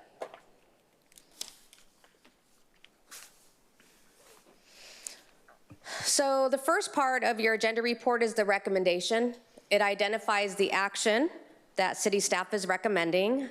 I also want to let you know that we ensure that it complies, it adheres to the California Brown Act, because the recommendation is really what's printed on the agenda. So it has to be descriptive enough for folks to know what you all are talking about. So the question I have under recommendation is, should we include a concise summary of the item prior to the recommendation? I've been at agencies to where before the recommendation there's been an abstract, an executive summary. It's just a snapshot of what the report is about. Because sometimes seeing the recommendation on the onset, when you don't really know what the item is regarding, it can be difficult for you. So you've got to continue to read the background, which is totally fine. So is it fine to start with the recommendation and we continue to move on with the background or any summaries after the fact? Or would you like it before? I think that's good. Which? This, right here. Like it is. She wants to put recommendations first. I'm good with either. Whatever's easiest for the clerk. Okay. Because when I read it and it says, here's what you're recommending, the background information is all there. It's not like it's missing. Yes. I don't need it first or second. It makes no difference. Good. Perfect. Agree? There we go. So we'll keep that as is. And I'm going to actually, if I may lean on to the city manager for this. So the next part is prior action vote. So we include the last 5 prior actions and votes. And we would like to know if this is a section being referenced and or necessary. But I think he can speak to the time and staff's needs. Sure. I would first add that this is the first time I have personally seen this. I do think that it's interesting and useful information. Of all the things that create some of the last minute work where things are late, this is probably the top of the list to just go back and figure out the historical record. One option would be that we're always available if someone is interested in a particular item and says, hey, I'd like to know what the history of votes is on this item, and then we get it when there's an actual interest rather than kind of putting it on every item prospectively. But the real question is, do you find it useful? Generally, if we're able to say something in the background about, this item's come before you or council voted, you know kind of what the historical record is without this perfect, it was on this date and these were the yays and nays and that kind of thing, which really is a lot of additional legwork. So that's the input we're looking for. Okay, go ahead. Mayor Pro Tem. I don't think there's much value from my perspective of having that context unless it's something super particular. My question would be, do we not have software that would easily show this literally since the dawn of time if we wanted to? So the clerk's office has been working on getting the information online. We've done a really good job of getting minutes. We're going backwards because that wasn't always available. So we do have a substantial amount of minutes online to where, yes, the public could find it. I'm not going to tell you it's easy to find. It's not right now. It will be, but that's part of one of my administrative priorities. They can always contact the clerk, and I think the general folks that are reading the agenda reports know that, and they do that.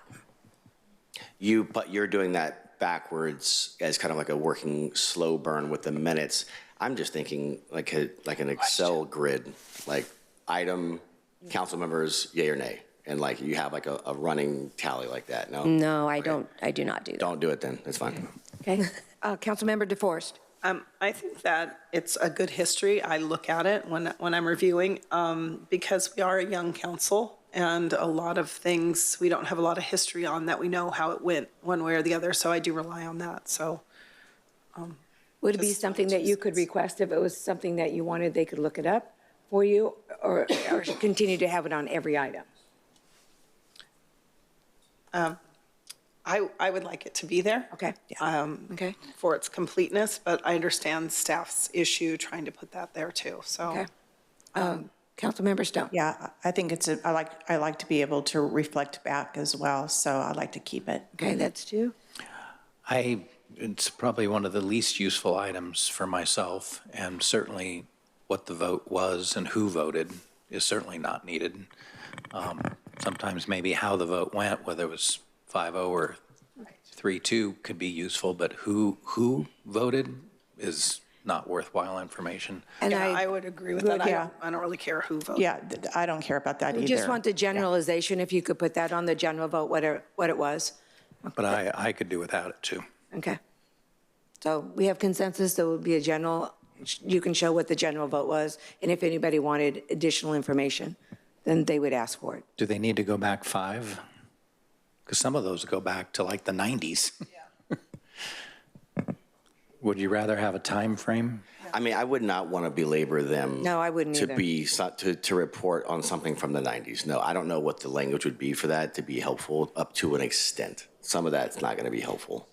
So how far back do you want to go with this information? Yes, we could always, request for the complete background, but how far back do you want to go?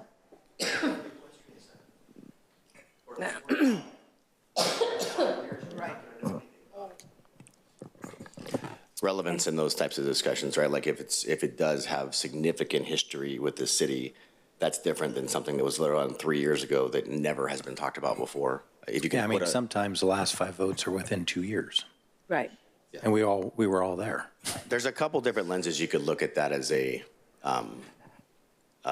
what would be deemed necessary to have that type of history. I don't know the answer to it. I find it interesting to go back to the beginning. I like to know the history, but that's On every single item? Yeah. But it's not a sword I'm willing to die on, but I think that having that information is valuable. I agree. I also don't think it's on fire to remedy that problem, like as a swooping answer, right? Like Maybe it's less important for me since I've been around here forever. because you are history.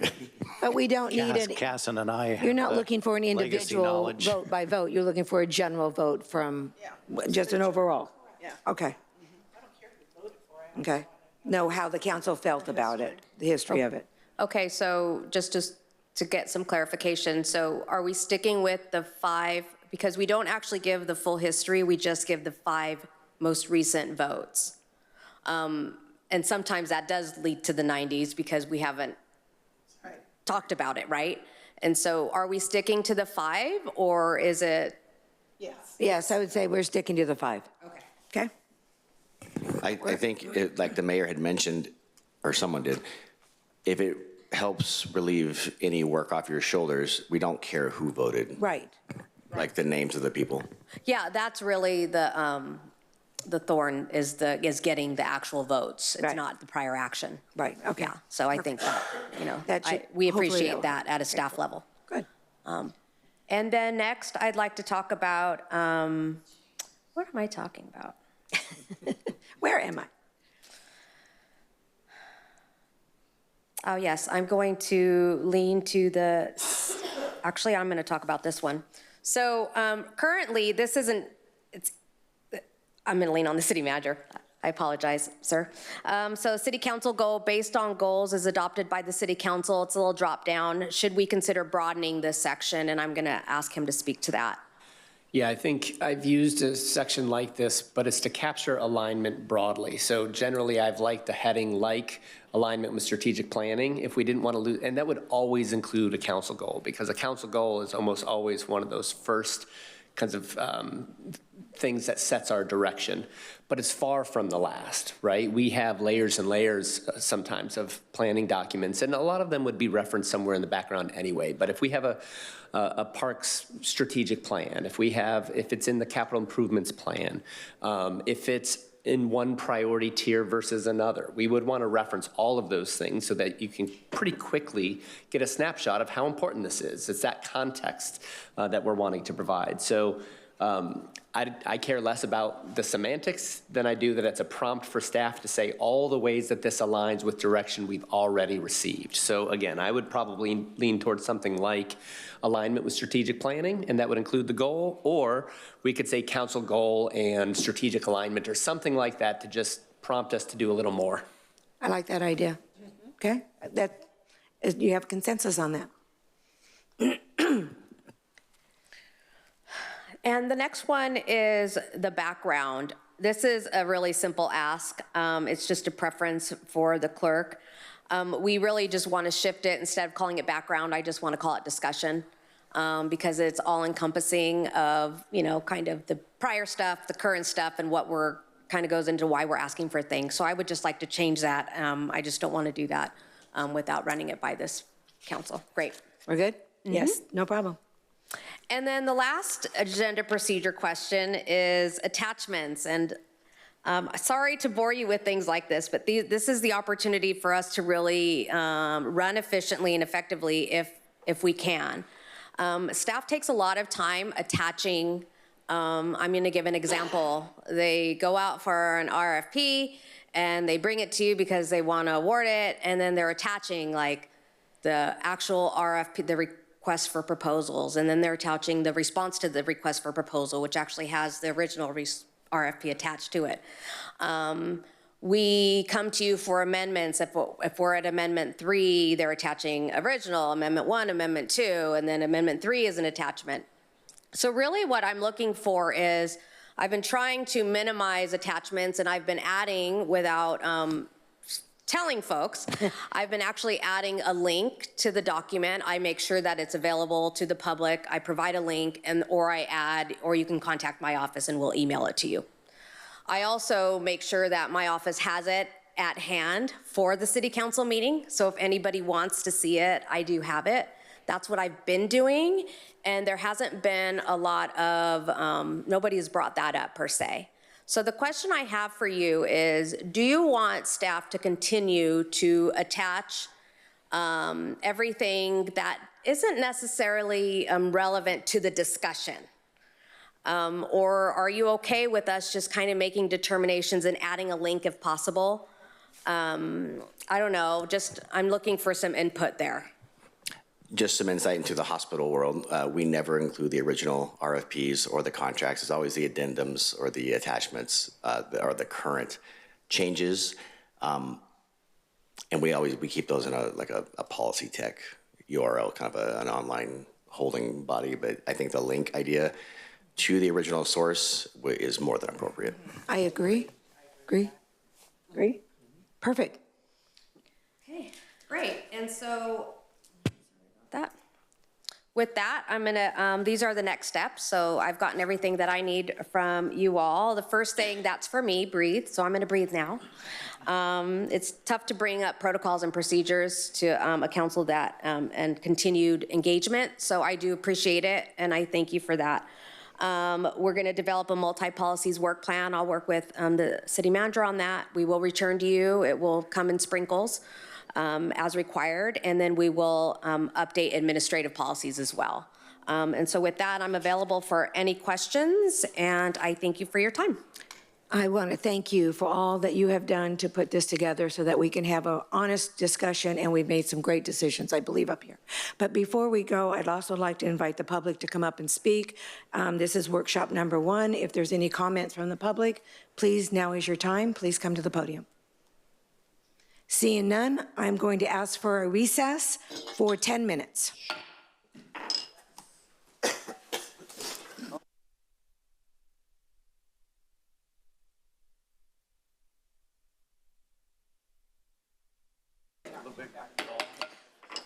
We're going to reconvene.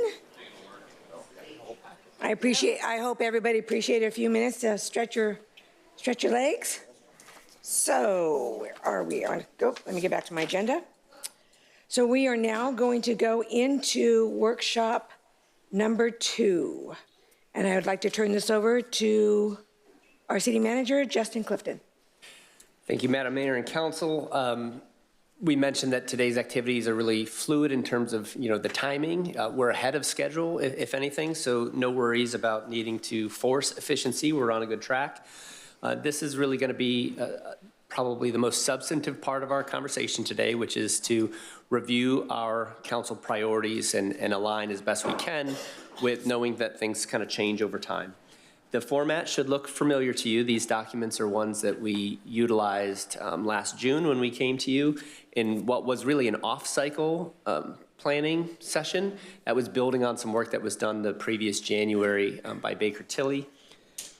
This is a little more business oriented, just getting down to the brass tacks of what it is we want to do. I'm going to set some context, and forgive me, I might belabor the point a little bit, but I think that context is really important. So I'd start by saying, I think it was Einstein said if he had 60 minutes to save the world, he'd spend 55 defining the problem and 5 exploring a solution or something thereabouts. And that's a common sentiment. Steve Jobs said something similar, which is if you define the problem correctly, you almost have the solution. And if you look to somebody like Elon Musk, he has a multi-pronged approach to solving problems, defining the problem, clarifying the problem, breaking the problem down, and then finding the solution. The point of that is really defining the problem is what sets the arrow, right? I think for a long time, defining the problem in the local government context was this form of government, democracy at the local level with a council and the council manager form of government, was to act as a kind of filter for all of the input we get from our residents and to ultimately decide what handful of things that we ought to pursue. And it was fairly narrow, all the nuts and bolts that we're preoccupied with, roads and bridges, police and fire, et cetera. Along the way, that problem has started to be redefined a little bit as, how do we accommodate all of our residents? And that's not wrong thinking. I think it's actually fundamentally the core of a representative government to bring the voices from a community forward and try to solve as many problems as we can. But the difference between kind of filtering through all of those inputs and deciding the few things we need to do and trying to do everything turns out to be pretty significant, because in many ways, the more we try to do, the less we get done. So the fundamental problem that I think we're trying to solve is how do we really prioritize? I've been a fan of thinking it in terms of just like our personal priorities in life, whether it's to retire earlier, to take lots of vacations, or to own nice homes. It's kind of easy to say I'd like to do them all. But at the end of the day, we either consciously make some decisions on which ones are important, or by default, we kind of end up with certain things being a little more important than others. But in that regard, I think we measure our priorities not really by the things we talk about, and not even necessarily the actions we take, but the sacrifices we're willing to make in the interest of those priorities. So for instance, for those who want to retire early, they probably sacrifice vacations and nicer homes and nicer cars to save more money. And that sacrifice is meaningful, and that's how you know why it's so important for that individual to retire early. In the local government context, it's very similar. How do we know we really want something like a Keller Road or something else that's really important? It's really measured, I think, by what we're willing to forego to ensure that we get that most important thing. So that's going to be a lot of the context today.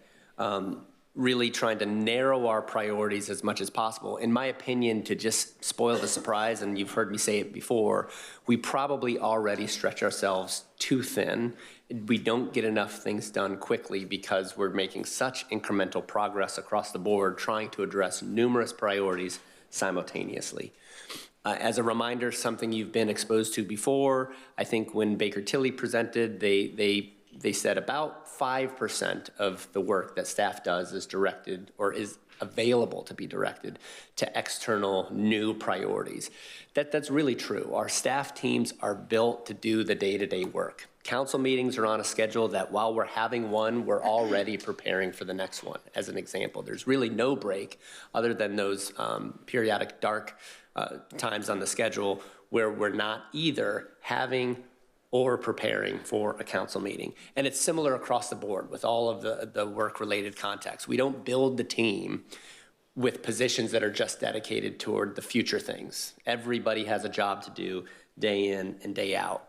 Additionally, we have administrative priorities. So I just want to refer you to a document that's both available electronically and in your packets, which are the city department top projects list or the administrative priorities.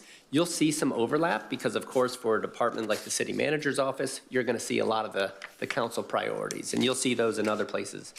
But the pages of bullet points here also capture a lot of things that are well above and beyond or outside of the city council priorities. Things that you might not have a lot of sight on. Sometimes it's the way we do administrative work. Sometimes it's a real program focus, like at the library where they want to expand in certain ways. So not only are we built really just for the day-to-day to keep doing the same kinds of service deliveries that are part of the everyday job, but we also have our own forward-thinking priorities, the way we'd like to improve the work we do, the way we'd like to expand the services we provide to residents. Adding to that context, and again, I gave the caveat that I might belabor this a little bit, but we're in a period today where we've had a number of rounds of budget cuts for no fault of anyone other than the economy hasn't done as well here as years past. So we have a number of frozen positions across the board, and we've cut some of our operational support in a few rounds of approximately 10%. So that context is all building that at the same time we are decreasing our available resources, we still have an expanding priorities list. What that really looks like on the ground level, and I can attest to this, I think Kristen, our department heads, a lot of team members can, is not just occasionally, but with almost every important priority project, we find ourselves in a little more of a reactive mode than a proactive. We do the planning, we sometimes come up with great strategies to move an item forward, but invariably for me, at some point, something else becomes top of mind. It might be the resident that sent an email that something is not right with landscaping, or it might be we activate the EOC, whatever the circumstance is. Those really well-intentioned strategies start to kind of drift into the background until something comes up that reminds us how important they are. Keller Road's a really good example. If we find out from Caltrans that we still haven't gotten our draft environmental impact report out, suddenly we get together and say, you know what, we need a political strategy, we need a technical strategy, what are we doing with the consultant? We're capable of doing all those things to really give an initiative like that extra juice. Unfortunately, the follow-through is harder because a day later, a week later, we find ourselves realizing that LA's burning and we have residents that are concerned about our water infrastructure. We find ourselves on the phone with SCE talking about the electric grid. Like, this is just what happens when you have a lot going on. As I've worked with the staff team, we've tried, and you'll see it reflected in this priorities document, to start to project our actual work progress, to manage our workload or our workflow. and to say, here's how far we're going to advance a priority within, say, the next, could be anything from 90 days, or in the case of your document, roughly 18 months. And this is no disrespect to our team. It's a little bit of a new exercise. What I have found almost universally, certainly consistently, is that we don't quite meet those expectations that we set for ourselves. Part of that is a learning curve of just getting more accustomed to projecting and managing our workflow that way. Part of it is that it's still just easy to underestimate that when you're looking at one project, it's really easy to say, we'll be here in a month, we'll be here in 3 months. But all that other work that I just described that falls out of the sky, the administrative priorities, a staff member who's transitioning out and now you're bringing a new staff member on, all those things are really quite heavy demands on the staff team. So at the end of the day, it's just really, really common. I don't mean to give our fire chief flinching reflexes, but concrete at Fire Station 1. And I can see the headache coming. Look, and again, this is not to disparage anyone on our team. We just have too much to do. So a project like that seems relatively simple can slip for not months, but years. Occasionally, I'll also hear stories about branding on street signs. You know, we had an initiative, we got a lot of it done, it's not finished. A monument sign on the freeway that's in disrepair and hasn't been fixed. All of those things kind of just pile up. And so, again, setting that context for really just why it's so important, but also so difficult to really refine our priorities.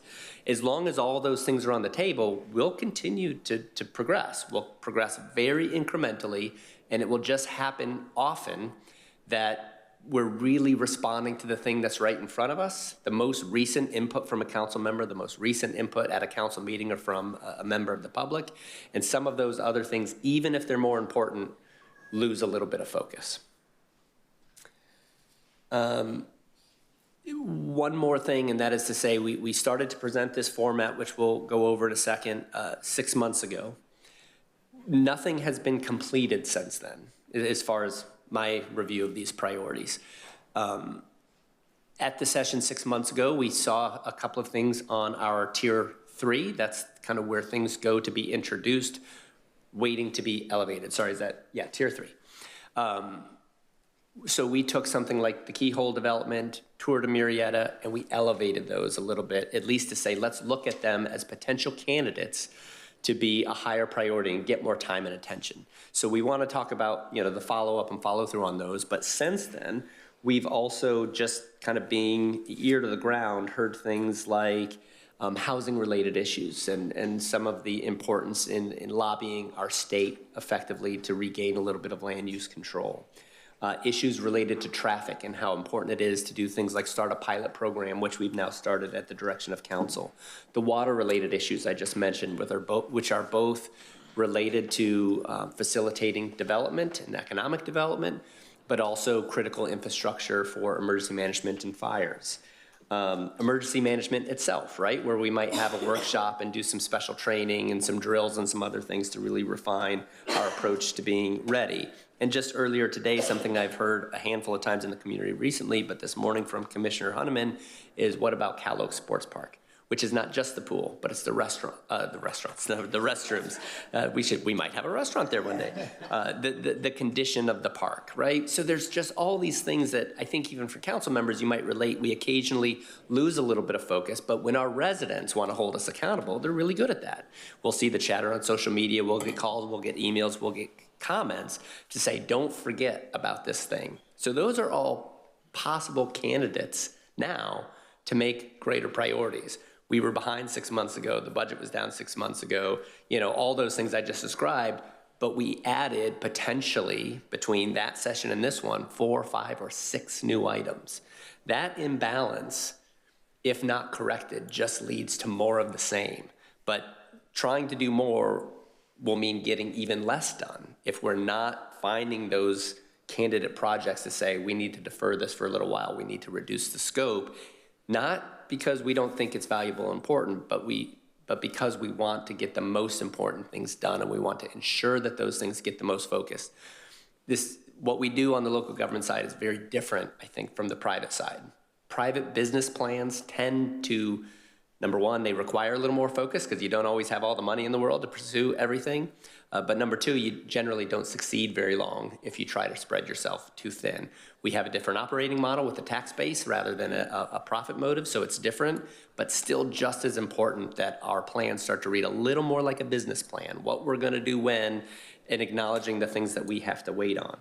So that's the context. I wanna pause there and I'll get into some of the nuts and bolts, but I'd love to get your feedback on whether that resonates. Certainly if you want to challenge any of what I've said, but important that we get aligned on this more fundamental aspect of defining the problem before we go into the specifics. So I turn the floor over to Mayor and Council. Thank you so very much. Yes, it has become quite encumbersome with us adding without subtracting. So without items being completed, there really is no room to add. We just add another box. And it doesn't mean they're going to get done any faster. And then what it does is, what it truly has done is slowed down what we have asked to get done in the tier levels that we're doing. What council, any comments? Councilmember Stone. Thank you, Madam Mayor. I concur with everything that you have said. So thank you. Let's see what the other council members have to say. Mayor Pro Tem.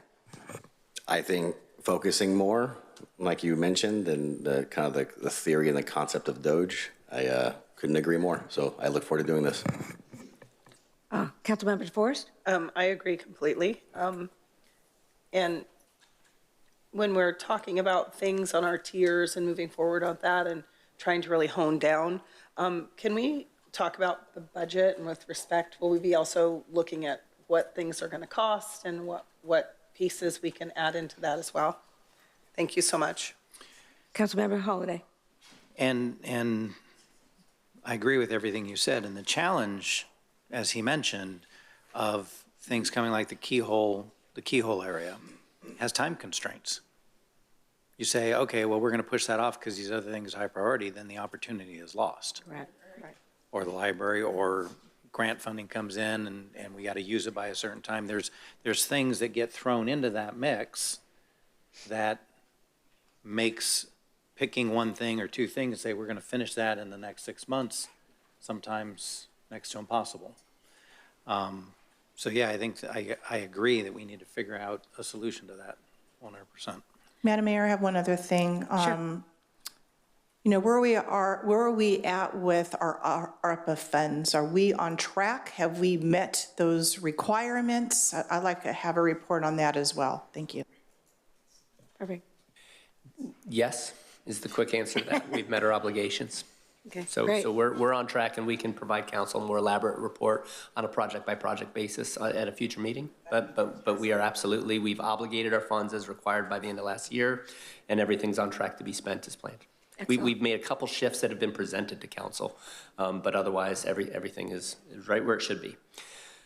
So thank you very much for the input. That to some extent is the easy part. The harder part really is putting that into practice. So you'll be familiar with the documents we've given you. They're both available electronically, and we've given you some paper copies. The first, just to reorient you, is a summary document which puts all of the priorities in their current tier under columns titled with the various city council goals. This is both a helpful visual just to get a sense of scale and the number of projects, also to kind of see how they're distributed across the council goals. It's not meant to identify one that is, maybe has a shorter list and say that that's an issue or a problem that needs to be fixed. All of these goals aren't made exactly equally, and I think in the context of the really important work that a government does, it makes a lot of sense to me that things like plan, program, and create infrastructure development have a lot of projects, foster and promote an engaged and connected, caring community. That's an important one, but a little further outside the true wheelhouse of a local government. So the distribution, I think, makes a lot of sense as you see it. And then we also have what you've seen before, which is the more elaborate list that gives a summary of the various 3 tiers. Tier 1 being those items that are fully programmed, where we've more or less said we're going to try to put one foot in front of the other until this is done. Tier 2, which is a little more nebulous, but indicates that it's not quite at that level of readiness. That could be waiting for funding, that could be waiting for some staff time, but not meant to be kind of all hands on deck to move an item forward. And then Tier 3 is the unprogrammed, which is really our inventory of prospective ideas, hopes, dreams, whatever you want to call them, that we discuss during these times or off cycle when we need to elevate an item. So it's really meant to be the master list where we don't lose sight of things, but anything on that list is not necessarily being advanced. It might be being vetted a little bit, under further consideration, but not being moved forward as a priority. Some of the information we can add over time would include things like, Councilmember Holliday, you just mentioned sometimes we have mandates, sometimes we have schedules, a general plan amendment the schedule might be dictated by the state. Those should all be considered, and we can add that kind of context if it's helpful. Right now, we've already called out very specifically progress since the last workshop and anticipated next steps through June 30, 2026. We picked June 30 because oftentimes these priorities are going to correspond with our fiscal year, especially when they need money. So we have the conversation about now every year, one, so that we're incorporating any new council members that might have come in the even year elections. But two, it's far enough in advance of the budget process that if we do have some clarity that causes us to allocate funds differently, we can account for that with the general expectation that we would roll those things out July 1 in the new fiscal year. Obviously, most of these projects span multiple years, so we don't stop what we're doing in the meantime, which is why, for today's purposes, we've just said, here's about 18 months worth of progress. And you'll notice as we go through that is pretty incremental progress across these priorities. The goal would be to start to make this a little more elaborate while still maintaining it as a summary piece of information. So that could include the kind of information we just talked about. Is it a state mandate? Is there a required schedule or generally working more in the direction of SMART goals where they become a little more measurable and those things lending themselves to data review. So it's a work in progress. It is really meant to be a draft working document, so apologize in advance for any small errors in formatting or typos or other things. What's important is the substance and the direction that we take away from today's conversation so that we can stay aligned with your most important priorities. And as one more element of just level setting from a very high perspective, and Javier can expand on this if you need, our budget situation is stable but not out of the woods. So as we look toward a new fiscal year where we will have increases in payroll costs associated with the MOUs and things like that, the rest of this year we're projecting, we projected on paper a deficit in our operating funds of about $4.5 million with the expectation that most, if not all of that, should close. Then we go into next year projecting likely a new deficit associated with our payroll costs, hoping that some of what we're seeing with revenue increases cover that cost. What that really means is I don't think we're in a position where we need to cut new expenses, but we're probably also not in a position to add new expenses. It's probably more status quo until we actually see some of the more robust revenues return. We do have some unassigned fund balance, so when we talk about one-time projects, we probably have a little more discretion to pull from that source and not have an impact to our operating, but especially in areas where we want to discuss broad levels of service, like maintenance of our community or something like that. We would likely need to go back to the drawing board and look at our budget very carefully before we could commit to priorities that would require significant new ongoing spending. Make sense? Javier, Jennifer, general thumbs up on my description of our financial position, very high level. We're not broke, but we're not rich. So if anything we can do within our means today is I think, green light. Make sense? Any other questions? If not, we're going to turn it over to Assistant City Manager Crane, who's going to go through the list. Real quick, I want to thank her for a lot of work putting these documents together and doing most of the heavy lifting for drafting and getting information from department heads. A lot of people played a role in kind of putting all the information together. Certainly Rosa Vega in our office, all the department heads, the analyst team, a lot of people put hands on this to make it come together this way. So I want to give that credit to the team. Please, let's proceed. Thank you. Okay. Thank you very much, City Manager Clifton, for the introduction. So I'm going to walk you through each of the lists of projects, Tier 1, Tier 2, Tier 3, and building on what Justin described as the format, the orientation to that, we've identified for the project's major milestones, progress since the last workshop in July, and then looking ahead over the next couple of years, very high level what the anticipated next steps are. In some cases, we've used check marks to indicate where some things have been completed, so that's always fun to see progress. And we also, as we go through, if you have more specific questions about any of the projects, we have project leads are here as well, and we can go into more detail. So again, Tier 1, the definition of that is projects that are fully programmed. We have strategies, we have work plans, we have dedicated resources. So those are our projects that we're very actively working on. So starting with Fire Station 6, this, since our last workshop, the council approved the property purchase back in November, so it's very exciting. We opened escrow in December, and so we are currently in escrow. There are a number of different title issues that need to be worked out, and so we're anticipating that that could take about 6 months, because some of them were pretty complicated, into summer 2025. And then meanwhile, we are working on looking at potential interim operational solutions of what that could be before we actually construct and open a new fire station, and are costing out what this is going to look like on an ongoing basis before we move forward to the next step. That there's I would say we're controlling the gas pedal and how hard that foot is pressed in order to make sure financially we're ready for it's a big financial commitment with this, particularly with the ongoing staffing, not just the cost of constructing the fire station, but we're actively working toward that. Okay, do you want me to go through the list as a whole, or do you want to stop after each project with any questions? I think if we go through it as a whole, and if we have questions on the way, we will be able to ask them. Was that be work for you? Yes. Is that okay? Okay, perfect, thank you. All right, so next up, we have the amphitheater parking lot. This one, we actually have construction going on right now outside with the monument and the parking lot itself. So the design's completed, we went out to bid, and we're estimating that we should be at the substantial completion point later this month. So that one is exciting, and by the next time we come to see you, we should be able to cross that one off the list as completed. Next, we have the Los Alamos Soccer Complex. So since the last meeting, staff has met with the Murrieta Soccer Club back in September, and there's been additional conversations.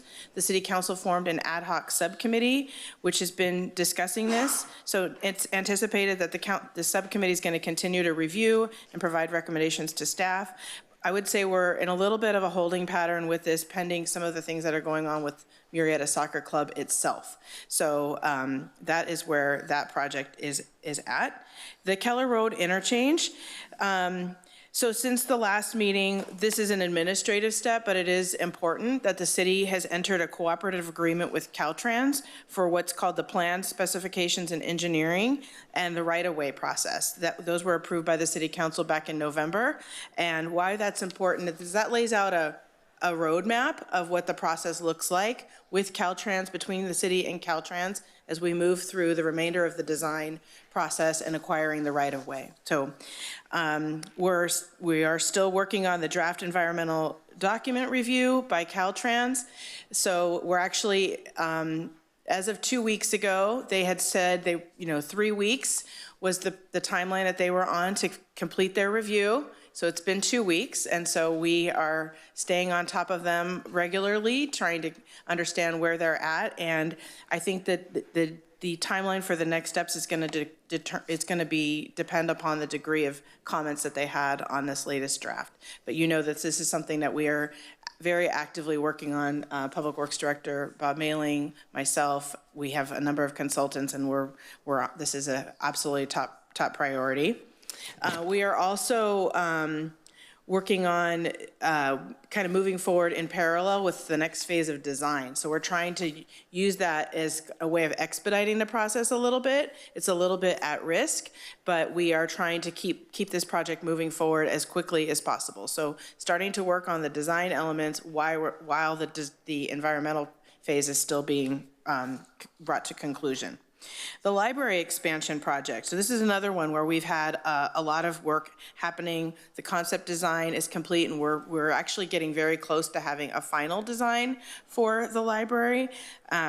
The construction plans are being reviewed by building officials and so forth, and getting ready to go out to bid. We expect to be coming to the City Council in March for you to review the final version of the design, the final engineer's estimate, and where we're at financially as we go out to bid, with expectation that the council would be awarding a contract to a contractor in about, call it June or so, and then we would be moving into construction this summer. We are working on the fundraising. If you recall, there was a goal of raising $500,000. So we're working with the foundation on that, and we're going to be recommending that we actually, as at a staff level, help to augment some of those efforts, because the clock is ticking and we really need to see if we can hit that $500,000 goal in the next few months as you prepare to award a contract to a contractor. Okay, Murrieta Hot Springs Road Widening. This is another project that's been a very long time on your list, and we are getting closer and closer to being ready to start construction. We are actually out in the bid phase right now, so we should be coming back to you soon for you to award the construction contract. Actually, I see that we were opening the bids on February 6th, so I haven't heard from our team, but hopefully those came within our budget. And we're looking at having you award the construction contract in March, and that construction would start in May and be complete in spring 2026. We are also working on a more robust public communications effort to keep all of the impacted motorists and businesses informed about the impacts of the construction timeline as well. Okay, next we have pickleball courts. No project too big or small. So this is another one where we are making progress. We have completed project plans for the pickleball court at Firefighters Park, and we have 95% plans for Alderwood Park. We're expecting those to be finished up in the next coming weeks, and then moving into the process of getting a contractor on board to start construction, and hopefully starting construction in May or June of this year. And then we can cross that one off the list.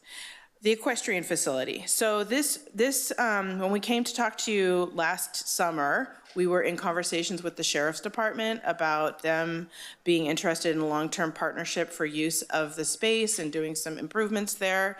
They have since notified us that based on their own priorities and the cost impact, that they're not able to move forward with this at this time.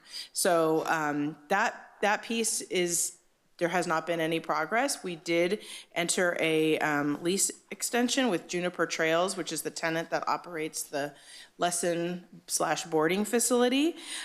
We are recommending that at this point you would consider moving this project to Tier 3, unless we want to have a more robust conversation about what to do. But in terms of funding availability, other priorities, not seeing that this is something we're able to move forward with as actively on Tier 1 at this point, considering the Sheriff's Department wasn't interested in moving forward with us right now. Okay, next we have the Madison specific plan and the infrastructure development. So we haven't really made big progress since the last workshop. The team is continuing to work on all of the design work for the infrastructure piece. So that is happening in tandem. But we, as far as the specific plan, would recommend that you, council, include funding in the budget for fiscal year 25-26 to move forward with the specific plan process. And then we would, that's kind of a key detail at this point, is having money in order to move forward with the specific plan itself. But then if the council does approve that funding in the budget for next year, then we would go forward through all the steps that are required to put together the specific plan, and it probably would be about a year-long process. So anticipating that you'd be able to adopt that in the fall of 2026. Again, funding is critical. Okay, then next we have the general plan cleanup. Let's see here. So since the last workshop, the project team had a kickoff with the consultant team. They're meeting on an ongoing basis, working on those revisions to the general plan and associated documents. And a next step is also going to be fully funding the phase 2 work. That's for the climate action plan portion and the CEQA document that will be necessary in order to finalize the general plan cleanup work. And that concludes, oh, I beg your pardon, those were the major projects. So then we have, in terms of the small scale projects, let's see, so we have the ADA improvements, and this is again in response to a court-approved consent decree that was approved in November 2024. The next steps would be funding the work that's identified in the ADA transition plan and the consent decree during the budget process, and starting just to work through this. It's going to be a 25-year-long project, estimated to cost $62 million over time to all of our various city facilities. So this is one that we're going to continue to see incremental progress on for a very long time as part of our CIP. Next, improvements at the MIC. So this is another one where we're getting ready to have some very exciting progress. At the next council meeting, we will have an item on the agenda for the council to award a construction contract for those tenant improvements there. And it's expected that we'll be starting construction this spring. And so that one is also hopefully would be able to be crossed off the list by the time we have our next workshop with you.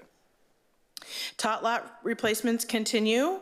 We're just about expecting to be finished with some of the work that's in process with those. The generator project that's at both City Hall and Fire Station 1 is underway. The holdup here has been actually getting the generators themselves. So we actually awarded a construction contract for those, and we're expecting that the generators will be installed this spring. They came in actually faster than we were expecting, so that is good news on that front. The Public Works modular offices, so this is to install modular office buildings at the Public Works yard so that we can consolidate staff that we currently have spread between a couple of different locations. And it's not as simple as just buying the modulars and placing them there. Step 1 was the annexation for water and sewer services, and that should be completed by April 1st. That's been no small undertaking with the water districts, with LAFCO, with Metropolitan Water District. So the light is at the end of the tunnel that's actually docketed to happen by those agencies. And then meanwhile, we've also had to do design work for a bunch of site preparations for that area. There's actually a retaining wall, there's some grading that has to happen and some other utilities. So that design is almost finished. And then the last step is the design and procurement of the modulars and placement of those. So we're expecting that process should be finished by this summer to be able to relocate the team members there. So I'm going to focus on the ones that have had progress and have had anticipated next steps rather than going through each and every one. So the next one I want to highlight is the Glen Arbor Dog Park.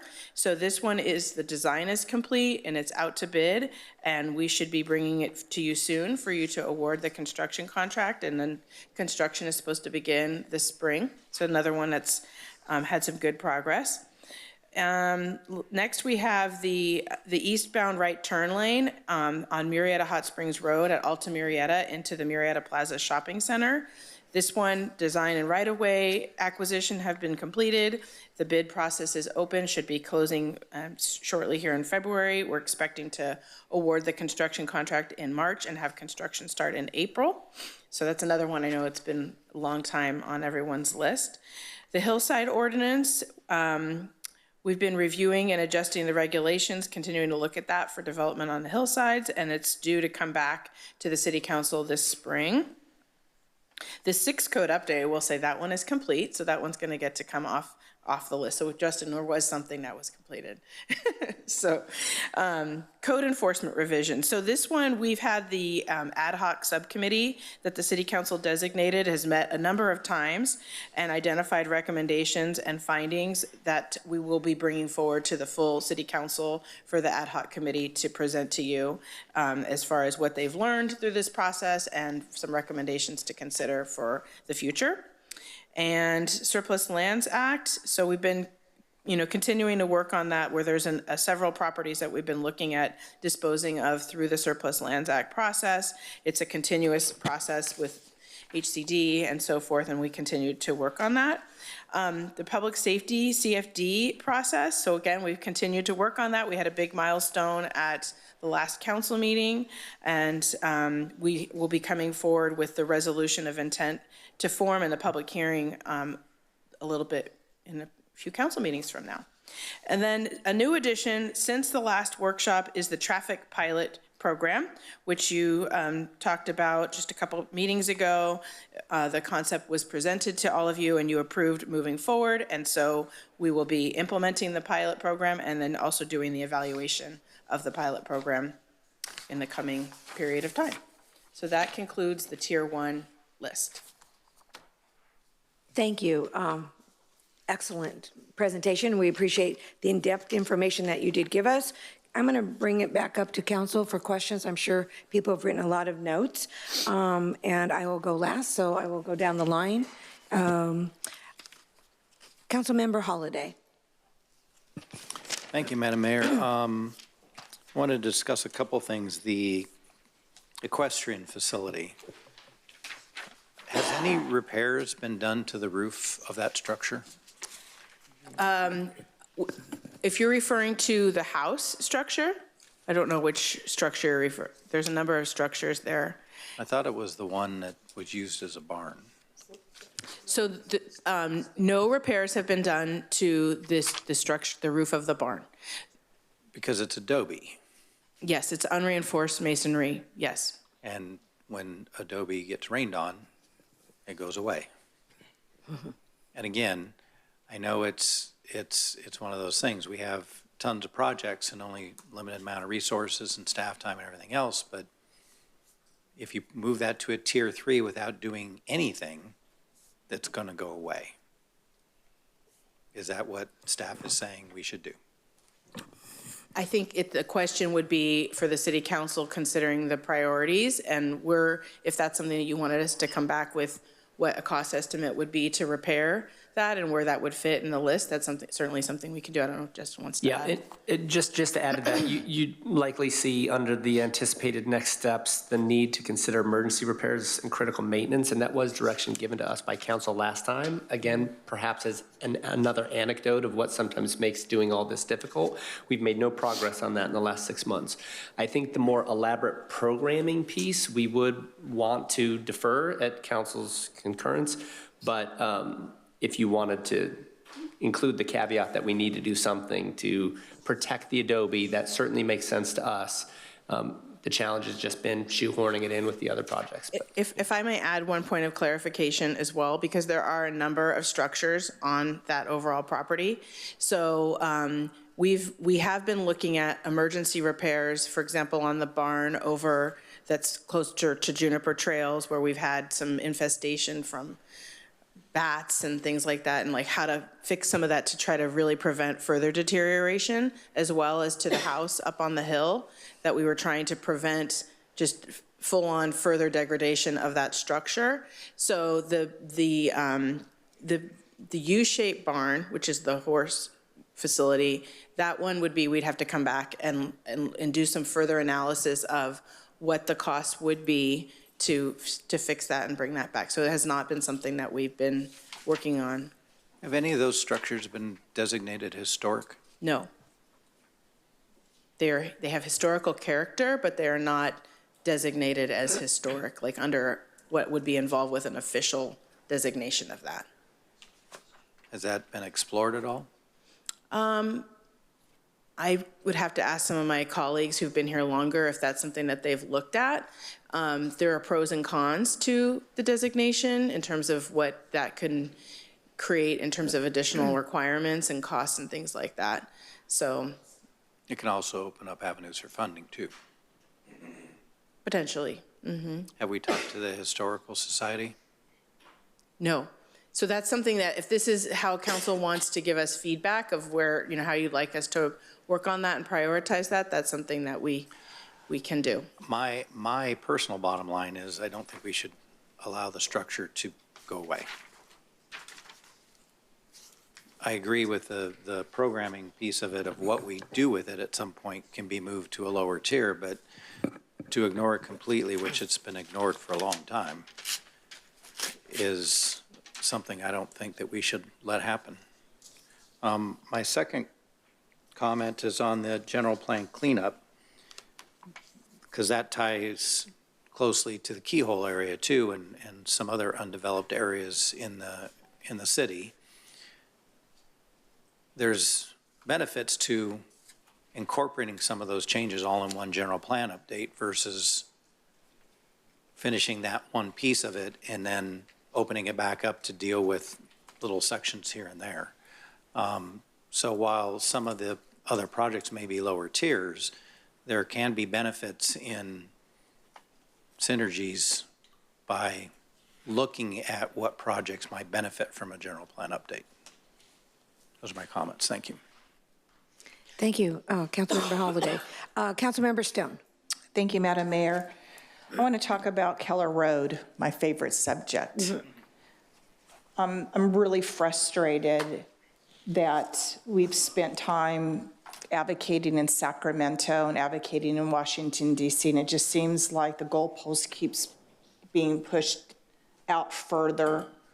And my question to you is, are you engaging Senator Ciarto and Assemblyman Sanchez, and is there light at the end of the tunnel? This should be our number one priority across the board, is getting this facilitated. And as you know, the longer this progresses, it's, 4 years ago, it was a $29 million funding, and I guarantee you it's probably what today. So Madam, or not Madam City Manager anymore, sorry. City Manager Clifton, I'm frustrated. Go ahead. Okay, so at the end of November, we had a meeting with Senator Ciarto and a large contingency of representatives from Caltrans, and talked at length about where the project is at and the challenges and the frustration where we've been. We, at that point, in practicality, we're in the middle of responding to their comments on the prior draft of the EIR, which were significant and not only, I think, taking ownership and responsibility on behalf of the city and the consultant team that prepared that, where there were deficiencies with the prior draft that had been submitted. So we're responding to those. And it seems like, and I've experienced my own frustration of that, like, well, how many comments can there be? Just clean that up and get it submitted. But they were very significant, and they involved some studies that had to be sort of tweaked and modified in order to meet what the requirements are. And so we've been having weekly meetings. I think Bob's even been more regularly meeting with Caltrans, checking in, where are we at? It's going to be a next critical milestone here. Is they originally said they wanted 6 weeks for this phase what we're in, and we pushed back and said, let's make it 3 weeks. And so we're 2 weeks into that and hearing, okay, what's coming from that. So I think that there has been a progress, and that teams, when I say team, I don't even mean just our team, I do mean Caltrans, that they're earnestly, everybody's trying to get this to the finish line, recognizing what an important priority it is. So that's where we're at. And I don't know if Justin or Bob have anything further to say about it. Yeah, Kristen mentioned that the meeting with Caltrans, that was carefully constructed to create a little bit of pressure. Senator Ciarto was key in that. And we continue to leverage some of the Caltrans personnel on emails and things like that being copied to make sure, even I think this recent decision where they agreed to complete a review in roughly half the time that they originally wanted is in part because of the pressure that we continue to put on them, and that we keep those other people within the leadership ranks copied on emails and involved in the conversation. So I do think there's light at the end of the tunnel. I do think this is a matter of time. It is another example, though, that if it's really a little more singularly the most important thing, we can continue to push the way we're pushing and probably do just a couple more things as long as we could let a few others slide. This does represent a kind of all hands on deck. But there's always a little more we could do if we had the time. No, it's been what, 13, it's been 13 years, 13 years. Thank you for the update. Thank you, Madam Mayor. Thank you so much. Councilmember DeForest? Thank you, Madam Mayor. Just a couple questions to elaborate a little bit on what Councilmember Holliday said. The equine facility, I do think that it is a shame. We were stewards of that property, and it does have some historic, even though it's not listed as a historic monument, it is historical in our community. And it is a shame to let those adobe walls break down so much. And I know the house, I've toured it extensively. The house is in disrepair and the roof is very bad. So I'm not sure if tarping it or something like that as a temporary protection for this winter time might be something we could do. And I just think that we should be doing the repairs to it and then move it to a tier 3. I'm fine with that. But I do think, though, that like we do a maintenance, and it is not an eyesore, and it is a pretty facility. I've ridden there myself. But it just, I do think we are good stewards and that we should do something for those buildings. And I just, looking at the dates, and I appreciate all our progress, but you can really truly see the slow pace of infrastructure as opposed to our building. So, apartment or housing track or whatever is in place, and we can't even get Keller Road in 13 years, to go forward. We can't even get Murrieta Hot Springs widened, and we've been talking about that since I was elected, and that was in 2020. So I'm saddened at our infrastructure taking so long, and it's not because we don't have amazing staff and then they're not pushing and doing their due diligence. So I just appreciate you all for still staying the course to get us infrastructure.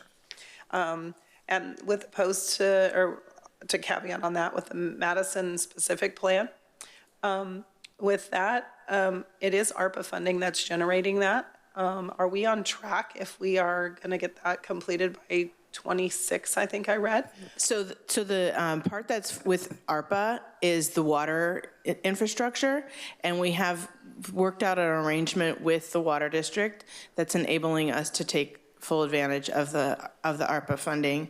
The piece that I was talking about today is the specific plan, which is related but separate. It's more of the planning process to put into place the kind of the foundation of the entitlement process to move forward with the development. Jeff, I don't know if do you have further questions about the No, I just want to make sure we stay on track and that we're not losing those funds, and you already answered that, so thank you so much. Okay. I appreciate it. And that's all I have. Thank you, Madam Mayor, and I appreciate you letting me speak, even though it is like, I'm not sure. Difficult. Thank you. You're welcome. Mayor Pro Tem Lavelle. Thank you, Mayor. You're welcome. A couple comments on the Equestrian Center. I concur, I think, with everything that was said. I don't know anything about finding out if historical designation is easy to do, or it's an application, or it's a phone call, but I think that should be a first draft of how that place is looked at. And then secondly, just coming up with kind of a stop the bleeding scenario for the adobe structures or the historical importance of that area. I mean, I like the idea of if a tarp would do the job until we figured out what's going on there. I really could care less if there's a tarp on it, as long as it's preserving what can be preserved. And then Keller Road, this one's interesting to me because it seems very similar to, there's two things going on. It's a lot of money. It'll be more money later. And then we're waiting on people to let us spend the money. And the people, it seems like it's similar to complaining to SCE about the problems you have with them letting you do what you want to do or you need to have done. I don't know that all the political pressure in the world is going to change anything with this, because it seems to be a monster bigger than the politicians that's created this problem. So although I think it's a very high priority, my gut tells me the reality of this is we're passengers on this plane, and I don't know what other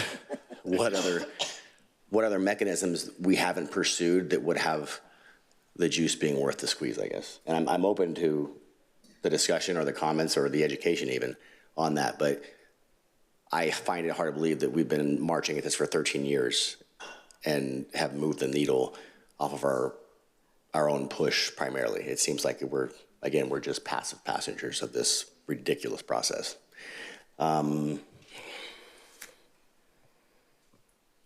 That's all I have for now, I think. Okay. Thank you. Before I go back to Councilmember Stone, I have a couple of questions. If we move to do emergency repairs on the Adobe, which is obviously needed, then we as a body need to decide on what we're going to put on hold to accommodate this need. We can't just keep adding to the list and hoping to get things done, because then we're going to have another Band-Aid approach that is going to need more repair down the road. So that's something that we need to definitely consider before we move forward on that. Also, on the library, I know we have a grant in place that we need to take care of, but we need fundraising for $500,000. How much has been raised currently?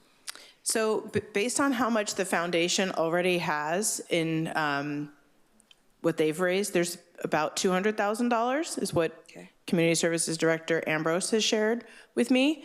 And so that's about where they're at right now. Okay, thank you. Also on, hang on just a second, I'm gonna go back to this. On our ARPA funds, on the ADA improvements, is some of our ARPA funds designated for that, or is this in addition to that? Because did we not designate some funding for that already? No, we have not used ARPA funding for ADA improvements. Okay. We do use community development block grant funding for pedestrian safety enhancement projects, which are curb ramps.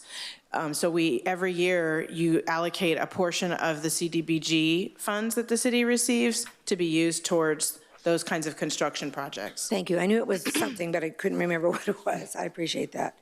Let's see here. I also agree that if we're going to do some general plan cleanup, we need to look at what is prevalent for right now so that we don't lose some key components that we need, we might run out of time on. So I think that's a very important discussion item.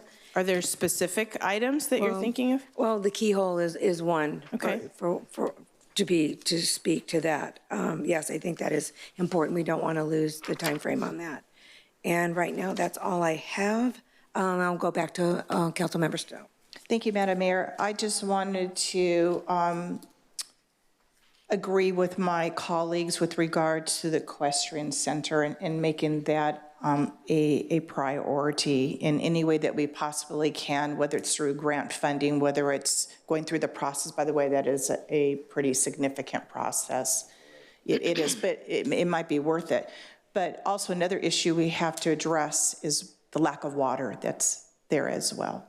That concludes my comments, Madam Mayor. Thank you. I'll bring it back one more time. Anybody have any other comments? Okay, go ahead. First up is Dr. Lisa Force. Thank you, Madam Mayor. I just. Oops, I gotcha. Thank you. That is worse. I just, talking about the equine center, I'm not saying that we need to put the roof on the barn or build the roof on the house. I'm just saying something temporary to let it withstand weather. We've been really fortunate this year. We haven't had any weather and very little rain, but it is coming, hopefully. And we will get some rain. It'd be nice just to tarp it. I'm not sure. I'll volunteer to come out and help do that or whatever. Not saying that we need to, bring the tractor down or whatever and maybe just, not to move something or cannibalize any of our list, just to move it up a little bit, just to do some temporary till maybe take it off in the summer when there is no weather. So thank you. Thank you. Councilmember Holliday? Yeah, I just wanted to chat a minute about a couple things that you guys brought up regarding prioritization. The tier system I like, as far as tier 1, tier 2, tier 3, it describes where the projects are and where the priorities are. But I think we need prioritization amongst the tier 1 projects. I don't know what that would look like, but in addressing your original comments when you started, the tier 1 list is big. And if we keep chipping away incrementally at all those tier 1 projects, they're going to be 5 years down the road and maybe have 1 or 2 done. So I think we need to come up with a priority list, kind of like Assistant City Manager Crane was saying, is like, okay, do you want us to focus a little more on this and a little less on something else? Maybe it's all hands on deck and get this one done. And obviously, the smaller the project is, the easier that is to do. Keller Road, we say we want you to focus on nothing else but that. There's going to be a lot of downtime on Keller Road while we're waiting for other agencies. But there are projects on the tier 1 list that we could probably get off the list if we focused on them a little bit more. So I think we as a council need to prioritize somehow with input from the city manager of how what that would look like. Thank you. I totally agree. And at this point, even the dialogue we're having now is helping in that regard. So for instance, giving us some clear direction that you want at least some temporary situation for the wet season on the barn helps. We're hearing a lot of Keller agree with you totally that there's downtime, but it's also resonating that, it's really important, so don't let up. Don't take the foot off the gas. Continue things like the weekly meetings that, are time intensive, but I think part of the strategy. So without kind of engineering a new element to the framework, I think if you identify those handful of projects that just really need an asterisk for us to give some special attention, that would be sufficient for now. And we might work on some sort of prioritization framework within it for next time. But any notes, give some of that clarification. Okay, we have about 5 minutes before we break for lunch, so I'm going to go ahead and bring it back to Mayor Pro Tem.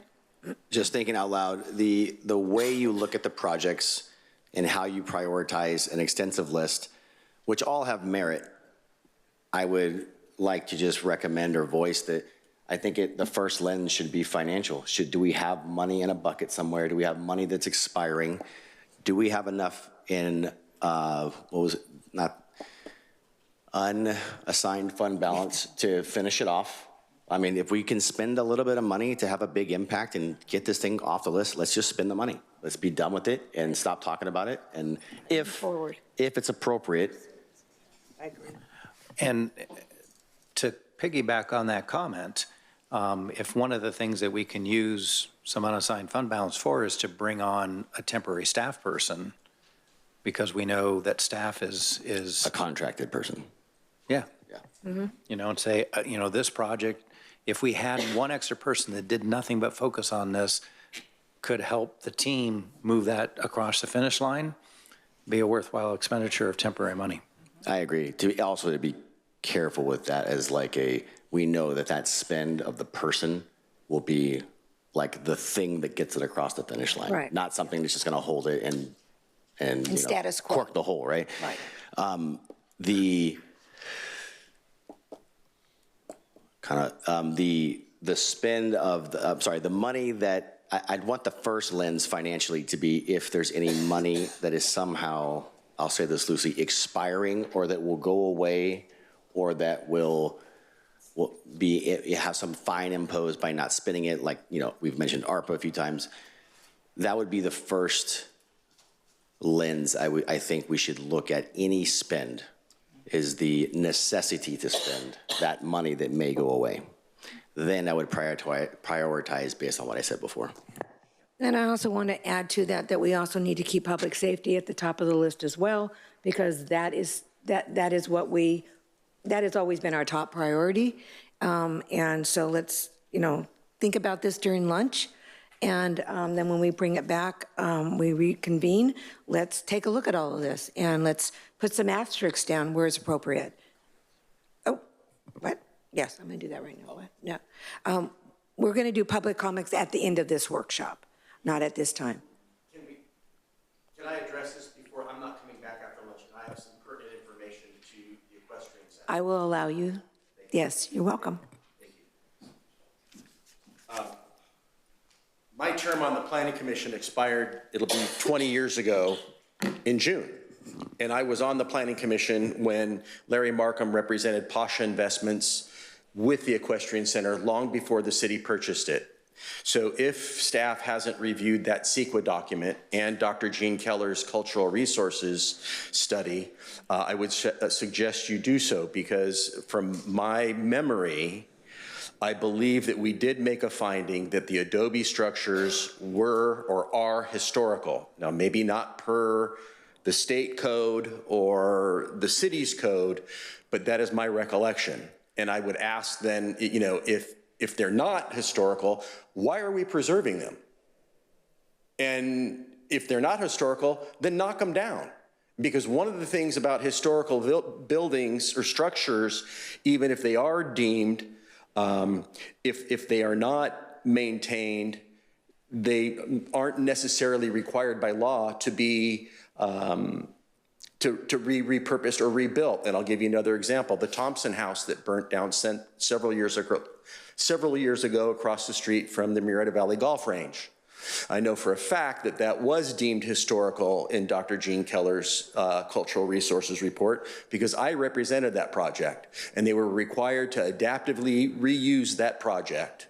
That home. And the reason why it was historical is because that was a wedding gift to Melville Thompson and Blanche Catt by the families. And you'll recognize the names, Thompson and Catt. And frankly, for more historical, that's how we got Pioneer Park, because I had suggested to Jim Holson at the time, that building could not be historically adaptively repurposed on the site. And I suggested, well, if the developer pays an endowment and moves it to Pioneer Park, we can move several of the buildings that are in Old Town that have been deemed historical. We can make Pioneer Park a historical park. So thank you for allowing me the time, Mayor Warren. I won't have to come back, but I think that's important for staff to review if they haven't done so already. I think that would open up an opportunity for you to make a decision whether or not you want to continue to try and save these buildings, or if we just cut our losses. And I'll just wrap up with staff. I'm always a resource for you. There are several of us still here with a lot of historical knowledge, and certainly pick up the phone or send me an email. I'm more than happy to share my opinion. Thank you very much for your insight. We appreciate it. Since I did allow Mr. Klein public comment, is there anybody else in the room that would like to have public comment? At this time, I will remind council that we will not be discussing anything at lunch that is on the agenda that we have been discussing, and that we will bring it back. You can certainly think about these things. We will not be discussing them. We will adjourn for lunch. We will be back at noon. Thank you.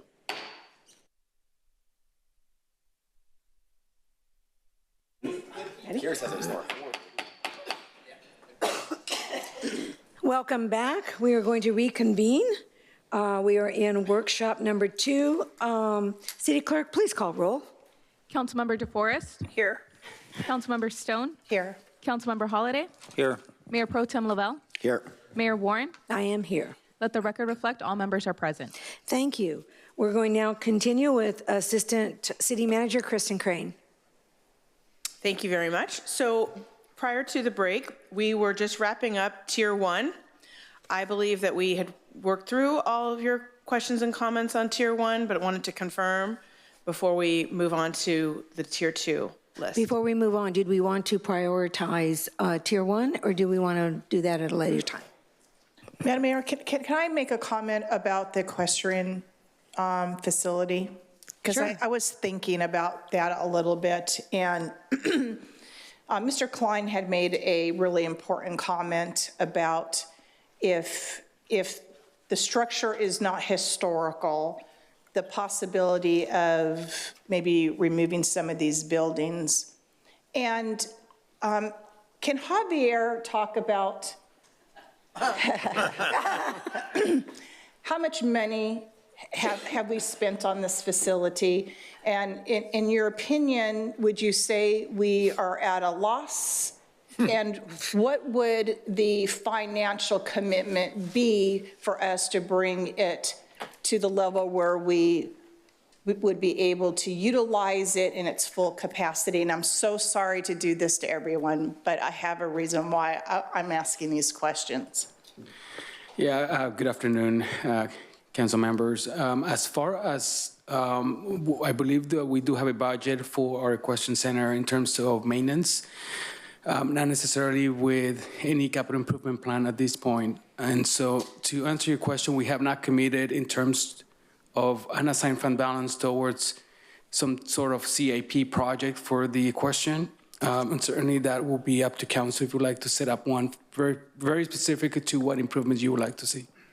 And hypothetically, would you say, first of all, we know that there are water issues, there's infrastructural issues. Are we talking about possibly millions of dollars? I can speak to that. So really, to give you a number that I would feel comfortable to say to you, we would need to do more evaluation and assessment and also figure out what the scope is of what it is that we would be doing. Like we said at the beginning, kind of what is the problem that we're trying to solve?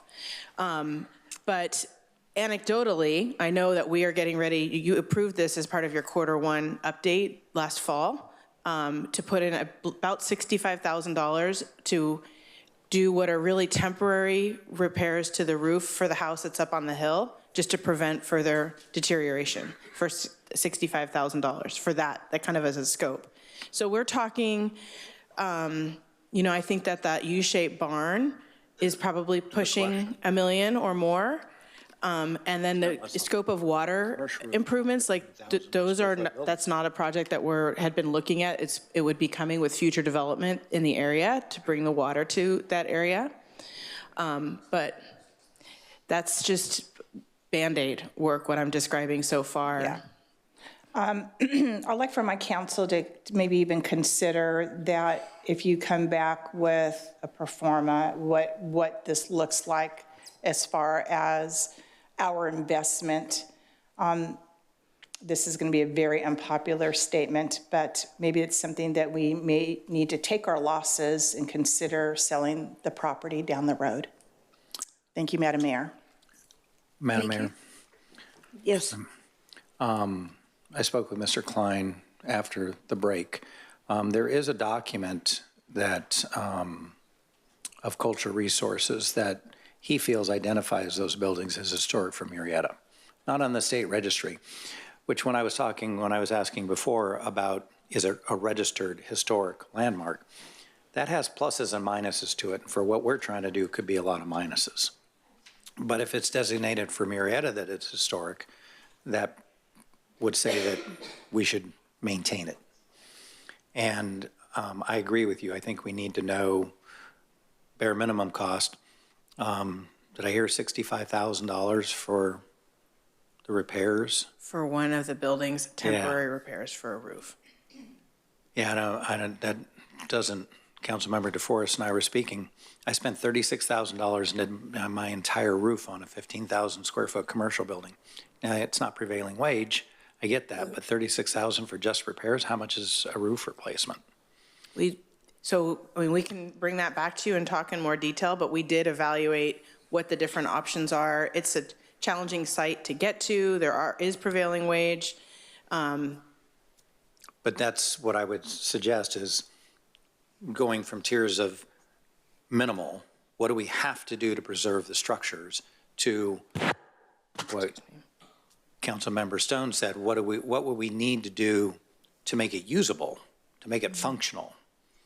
And then obviously the cost for full restoration and electricity, water, sewer, whatever else is needed over there, because the water was going to be brought in by the Calmia Estates project, which I've heard is now not going forward because it doesn't pencil. No, it's still going forward. What Dan just told me, like 2 weeks ago. I talked to him last week. Okay, well, maybe it is, but again, that's a maybe if that water is going to come in. So maybe some of those plans or estimates could be based on conditions of that, because bringing water in is going to be expensive. Yeah, it is. Thank you. Dr. DeForest. I know that the west side is the last remaining equestrian area of Murrieta, and I sit here wanting to maintain that, and to think about selling the property would push it into the Surplus Land Act because it is city-owned property. So, and that would open it up to housing. And that is certainly not anything that I could ever imagine to see going forward on that property. And I know the community would be absolutely opposed to that. So I stand with, it is ours, and we need to move forward with maintaining it. There are people that use it. We need to preserve it. And if you could bring us some options and what we can do and where it fits in with the historic piece, Murrieta, I think that would be very advantageous to moving forward with a decision on the council. Thank you. Okay, so I want to reiterate on Tier 1, we've asked them to go back, give us some more in-depth information on cost for our Tier 1 objects, and so that we can look and see what we want to put an asterisk by. Is that what is that what I understood before the break? City Manager Clifton suggested we do the asterisks after we get done with all the tiers in case Okay. we move stuff up or down. Okay, perfect. Then we'll go along that line. Does that work for everybody? Perfect. All right, then let's move forward with Tier 2, please. Okay, so Tier 2, the criteria for what is considered a Tier 2 project are priorities that are partially programmed by the City Council with, we maybe have conceptual strategies, but where we do need additional work plan and resource dedication as necessary. So they're not, they're not fully funded. They're not as far along, let's say, as Tier 1 in terms of what's been dedicated and the level of effort and energy that are being dedicated to moving them forward. So the first project that's on the list there is the Public Safety Training Facility. We completed the conceptual design for that some time ago. Well, not some time ago. Let's call that last summer or so. And then we've been in the process of seeking funding partners. There's been conversation with Mount San Jacinto Community College District to explore with them partnership and funding. And my understanding is that there's some consideration on their part of a significant bond measure for November 2026, which, if that were to come to fruition, could be a funding source to help move this project forward. Aside from that, we're more or less on hold. We're not doing a lot of other work related to the design or moving that forward, kind of pending more information from them. Then the next topic is the remodels of fire stations 1, 2, and 3. So we do have funding secured for the remodel of Station 1, and we're working on the design for that right now. And we'll be going out to bid for a construction company and starting the remodel later this year and hopefully having that complete by December of this year. And then the next step would be to move to Station 2, and then we'll work through that one, and then we'll move on to Station 3. So we're making progress through those. The next topic is a permanent structure for Fire Station 5.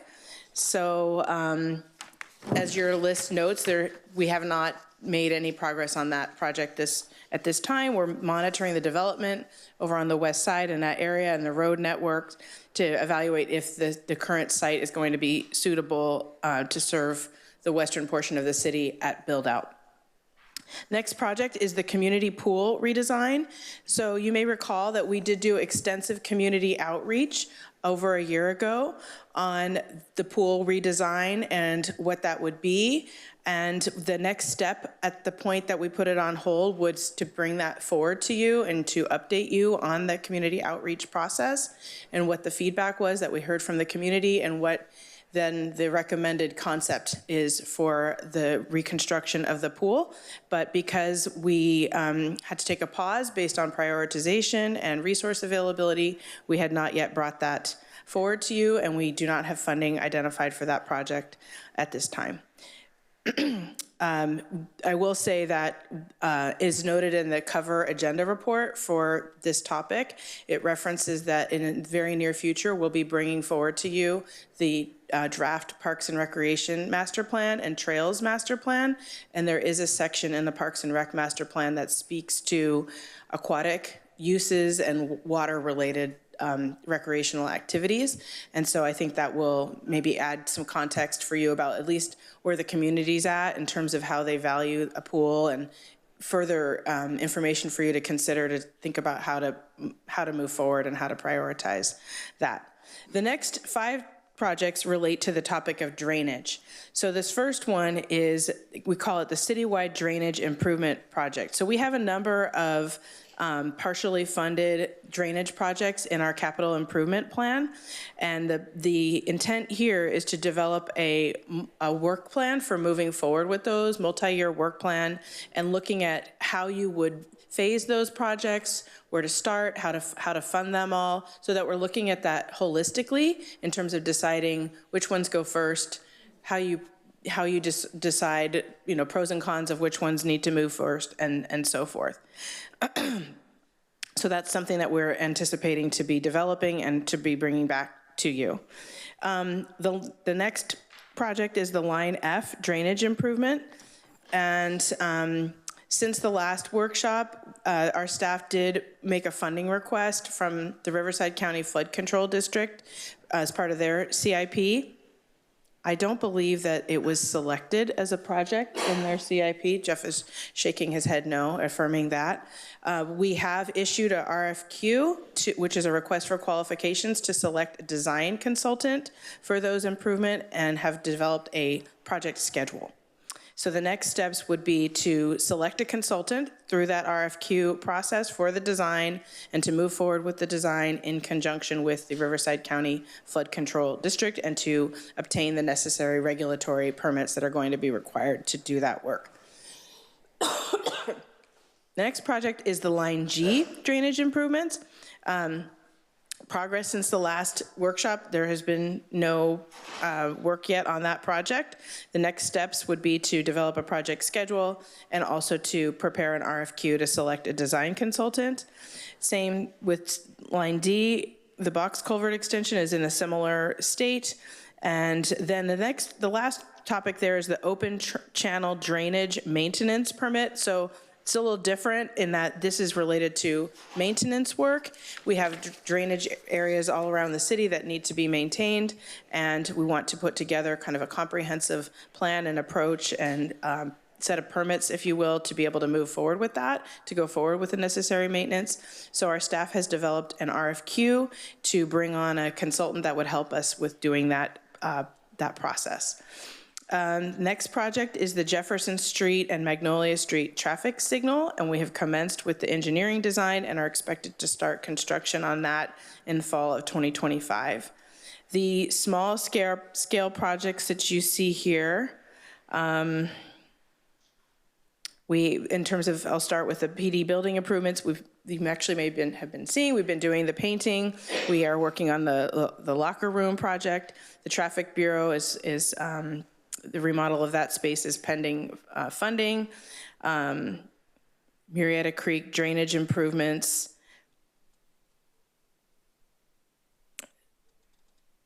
Sorry, I'm just kind of reading the notes there myself. Sorry about that. Long story short, it's scheduled to start construction, part of it in 2025. And then there's a future phase unfunded and unknown schedule for that. Various traffic signal upgrades. This is the ongoing program to modify existing traffic signals as needed. We have $150,000 of Measure A and gas tax for maintenance operations, and then the storm drain master plan, preparing a citywide master drainage plan to identify deficient drainage facilities and address flood control needs. We have $250,000 budgeted, and we expect to be completing that in 2026. I'll bring it back for questions on Tier 2. Does any of our council have any questions? I'm sorry. Council Member DeForest. I think I was left in there from last time. Okay, so you're good, Murrieta? I saw Councilmember Stone was there before. Okay, thank you. Councilmember Stone, sorry. Thank you, Madam Mayor. I want to talk about the public safety training facility. And Assistant City Manager, you made a comment that Mount San Jacinto may be interested in partnering with us. and the possibility of us bonding for this facility. Is that correct? If it sounded like I was saying us bonding for that facility, that was not accurate. The Mount San Jacinto College is looking at an overall bonding for their facilities, for their programs, not just including this facility, but for additional community college facilities. But part of that would be towards this public training safety center. As a partnership, as an educational facility for up-and-coming public safety personnel. You know, Chiefs, this is not going to be a very popular statement from me, but we have major issues that are going on in our community: lack of water infrastructure, the mandates that the state is imposing on us. I cannot see this being a high priority for me right now. I'd like to move this to Tier 3. I would rather see the expansion of our PD facility. And as you know, with the extra 30,000 estimated residents from the state mandate, who knows, it'll be more, that I know that our PD facility needs an expansion, and I think that that needs to be moved to Tier 3. Thank you, Madam Mayor. Thank you. Councilmember Holliday. Madam Mayor, so regarding the Public Safety Training Center, we had approved $380-some thousand, I think, towards the design of that, construction documents, but our previous assistant city managers say we could pause that somewhere along the way. Where are we in that process? Where's Chief Malloy? I didn't realize you did finance too. Thank you for the question. When we reached the design documents, at that point we exercised the off-ramp to pause the project, and we have completed the design documents, but we haven't gone forward with any of the construction documents. We had to have the design concept in place so we could go out and interact with our partners with something that we could actually show them that was tangible. And that's the point we are. So we haven't spent any money since we completed the design documents. And do you know how much that is? I don't. No, I can certainly look that up. Yeah, I know it was a much smaller portion of that 386. It was, yeah. But the construction documents will be much more than just the initial design. That was conceptual. And with those design documents, it allows us to have those conversations with Mount San Jacinto or San Marcos or whomever. I agree in part with Councilmember Stone as far as the entire public safety training center as an entire project. It certainly isn't as high a priority as many of the things on our list. I do think we need something, though, kind of like the equestrian center. It needs something done sooner versus later. I don't have to tell you that the stuff that your crews are training on are inadequate. Would be a fair statement? We make do. Yes, you do. But something, not classrooms, not all the stuff that we're looking at doing for the training center, something needs to be done. So again, it goes back to, instead of saying, let's move this whole project to Tier 3, it all probably needs to be broken out and brought back with some options of, well, if we just did this, here's what it would cost, here's how long it would take, and then we can figure out based upon that input where to put it in the tier, but maybe break it up a little bit. We do have some of that in the design documents, what each phase and portion of that construction would cost.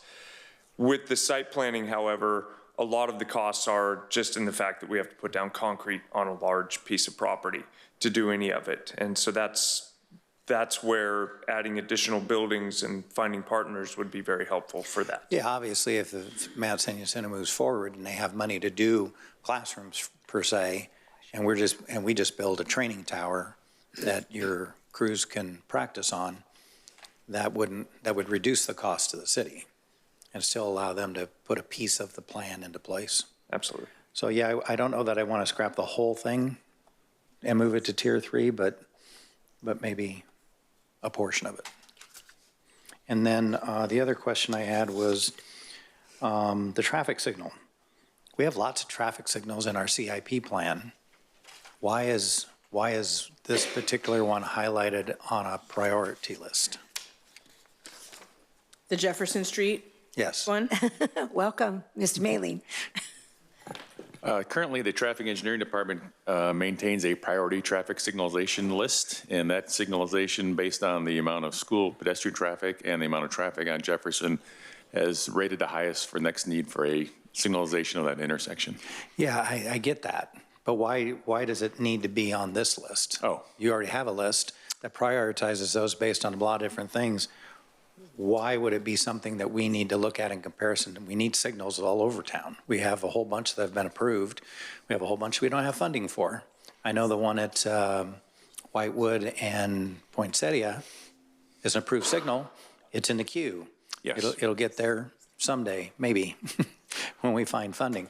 I'm just curious as why did this one rise to the level of being on a priority list on this? If I may, and maybe Justin, you can add here too. Part of what when we developed this list back in the summertime for the July workshop, you're also trying to take into consideration on balance all of the work that's being done. Your engineering team, let's say that's working on things like traffic signals, they're also working on drainage, they're also working on widening, they're also, so it's in the cumulative impact of all of those different things as you're trying to move forward all those various priority projects. I see. So it's really just a placeholder saying, hey, we're doing traffic signals too. And I believe this one's more imminently happening. This was the first prioritized traffic signal in the CIP, so it made it to the list. Whereas there was also this other project for, the variety of intersection type improvements that's a little more systematic. But the idea was just to capture, like the drainage projects, anything that was going to be a substantial time commitment for the team, Okay. even if it is one of the smaller projects. And how many traffic signals are we looking to put in the next 12 months?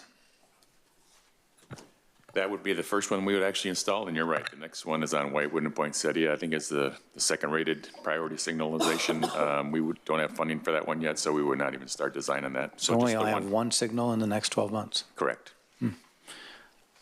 Because there was a discussion at a previous council meeting about that traffic signal that was needed over off of Jackson that is on hold temporarily, but may be the ultimate solution for over there.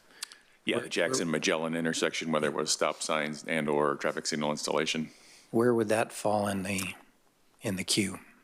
If it was actually shown that that's the solution for that intersection, that would probably rise above and be the next intersection to be installed.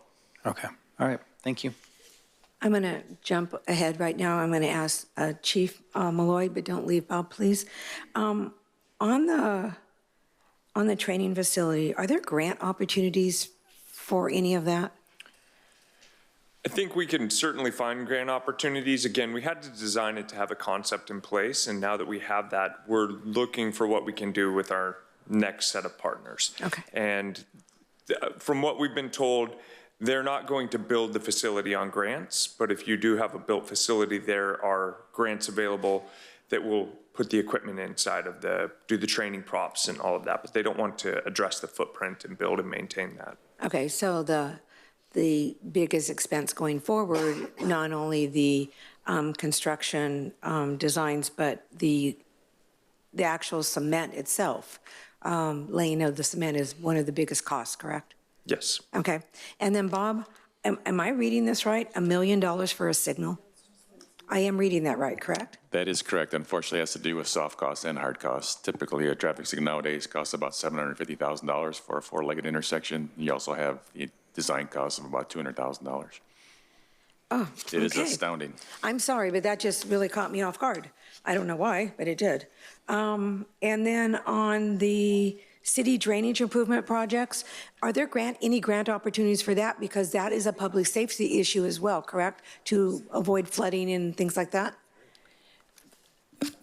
The answer with grants always is potentially. Okay. It's hard to find some things like that, and we're constantly working with our grant writing team. They know the different things that we have that are really important to us.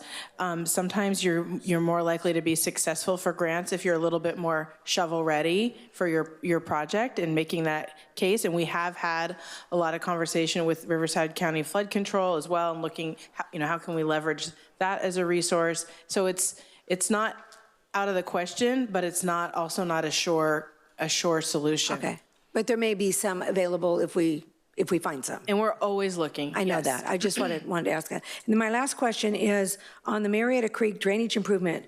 What is in process now is in the Temecula area, correct?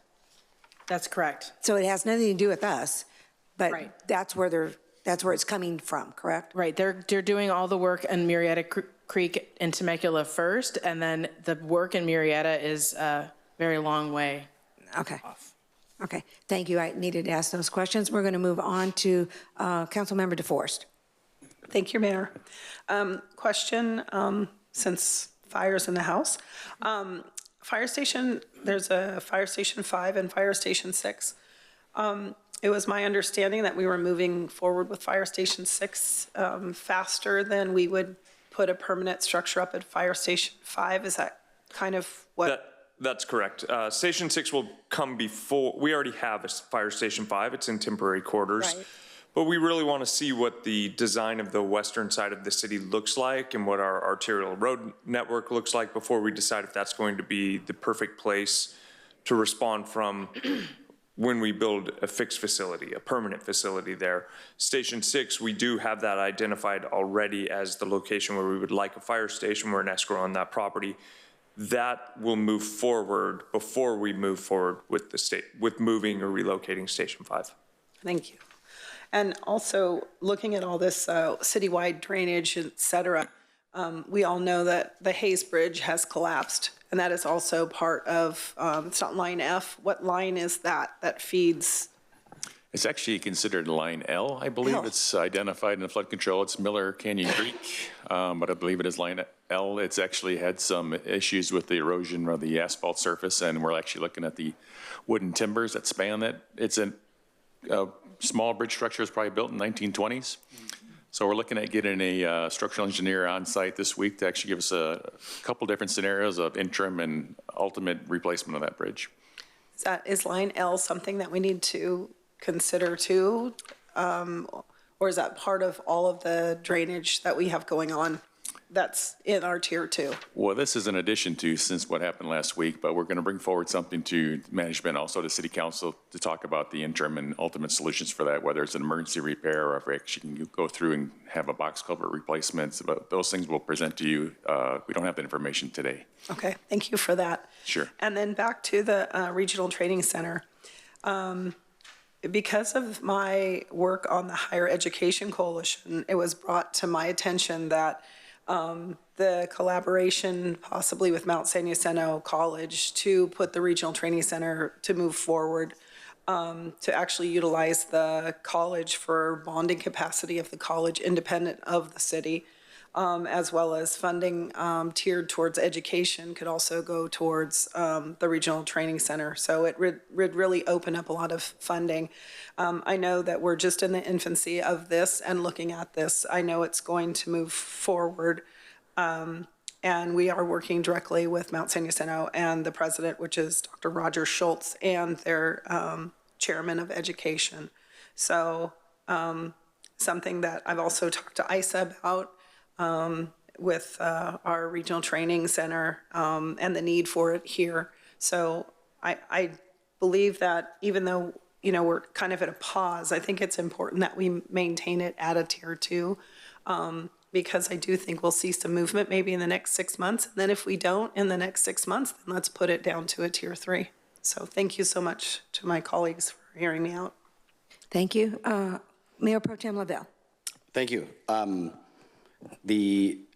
the training center, if the college were to bond for it, they would not bond for the entire cost of it. Would be a portion of it. So that would then, I assume, lock that money in to only be spent for that. And so then it would kind of force us at that point to be committed to that unknown spend. So that is a little concerning. The grant discussions that are being discussed, I just want to point out that we're in the last 2 weeks, we've seen $56 billion cut from the budget, United States, and we have another three, almost 4 years of that pattern continuing. So I'm not confident that grants are going to be falling off the trees anymore. In fact, what the mandate is opposite of what we're talking about. So that's, I think just the grim reality of what we're looking at for the next 4 years. I would imagine also with the federal posturing, many states are going to be following suit as well, because they're going to have to, because a lot of those Fed dollars pass through the state level, which means the states will not have any money, because on top of us being bankrupt last year, we'll probably be more bankrupt from a budget perspective in the years to come. Station 6, I would rather focus on Station 6, getting some traction, and maybe there can be opportunities for training or operations of training if we think ahead and plan for that, knowing that the pursuit of the training center is going to be a little harder than we originally thought. Also, the other upgrades in the other stations, also I would deem more important than building a new place. And then I forget what my sixth one was. I'll pause for there, but just to cap it off, I don't think there's going to be a lot of money up for grabs to continue pursuing some of these efforts. Thank you. We're going to go back to Councilmember Stone. Sorry, forgot your name.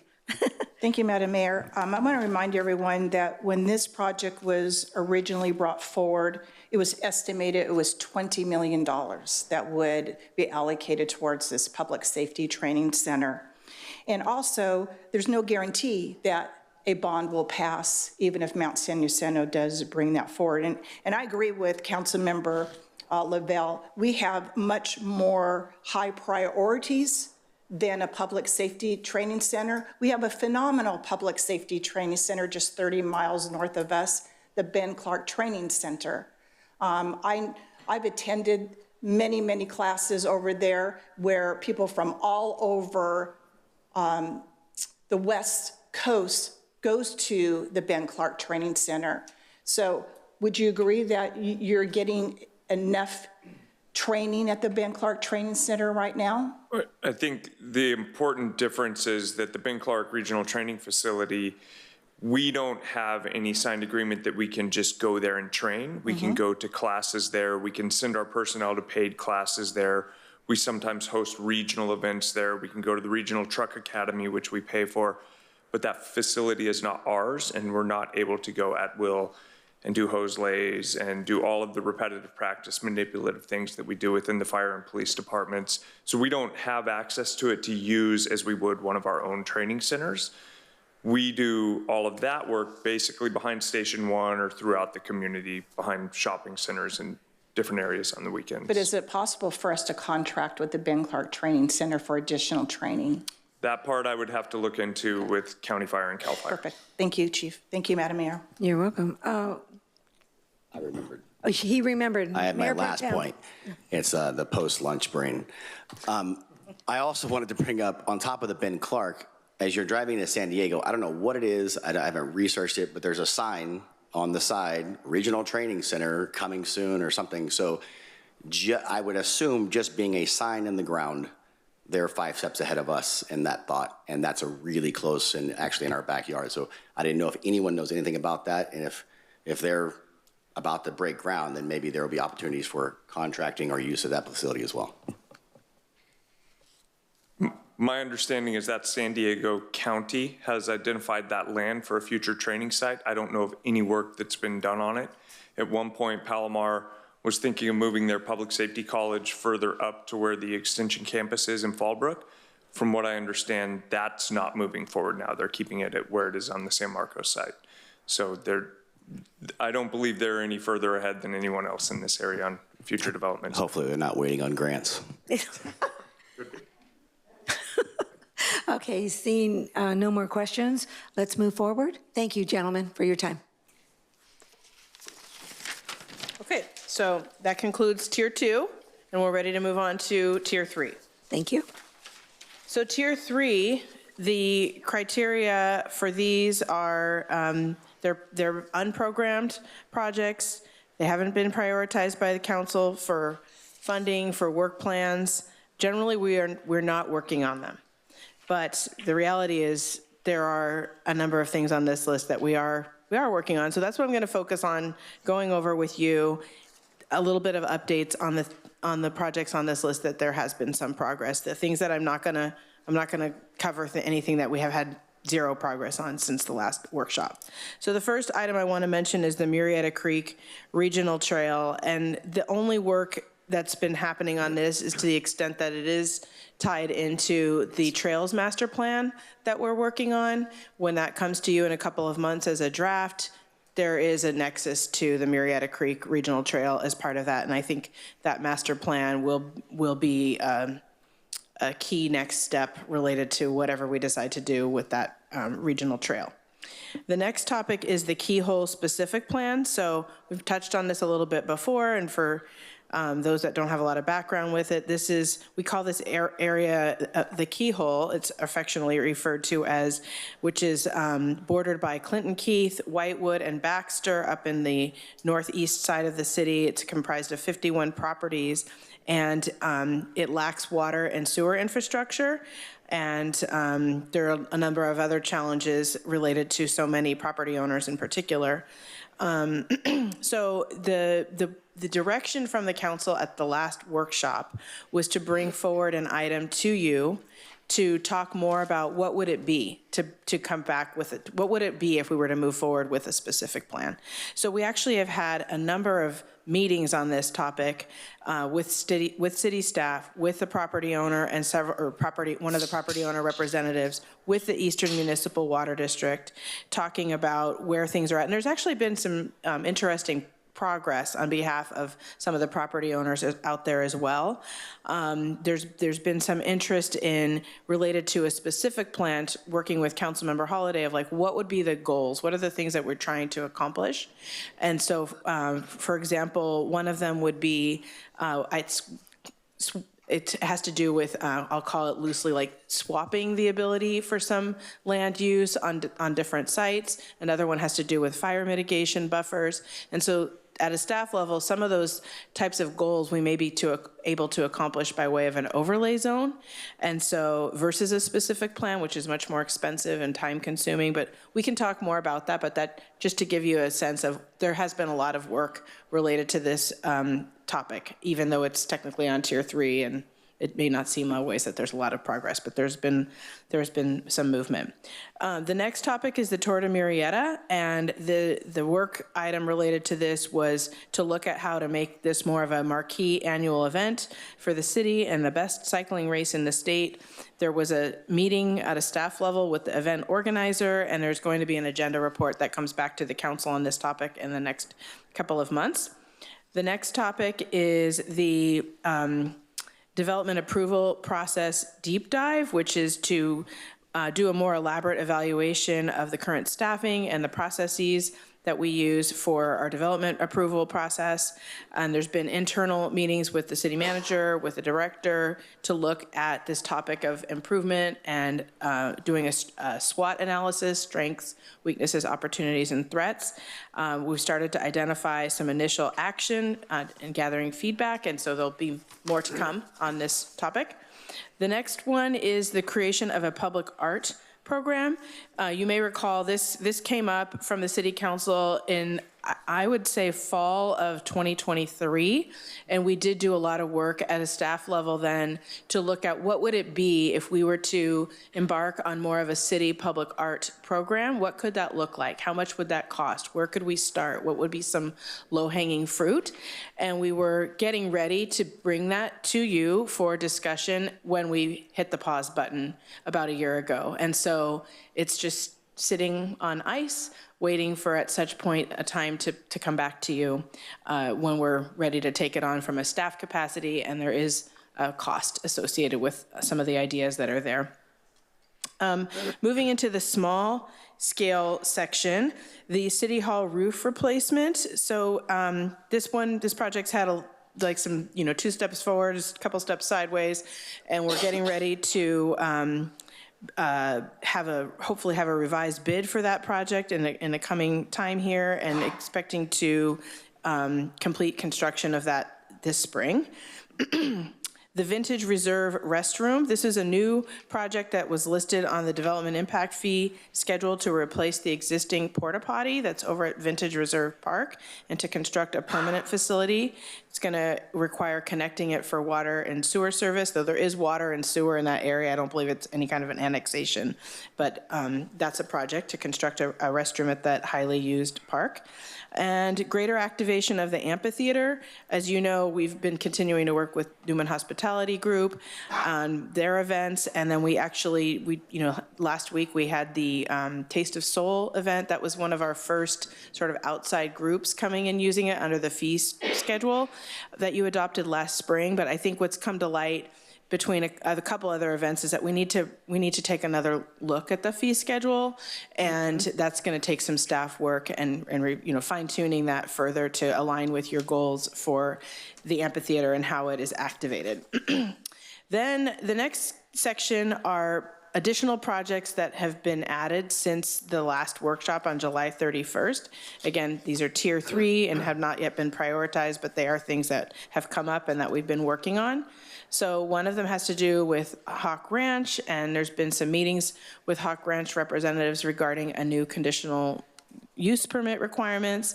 The next topic is evacuation guidelines for horses, and this came up after the Los Alamos fire, and since that time, we had a roundtable with representatives from the equestrian community, and we worked to identify some new processes and some new partnerships with the county and other public stakeholders, and have been developed a draft evacuation plan that can be shared with emergency responders specific to evacuation of equestrians.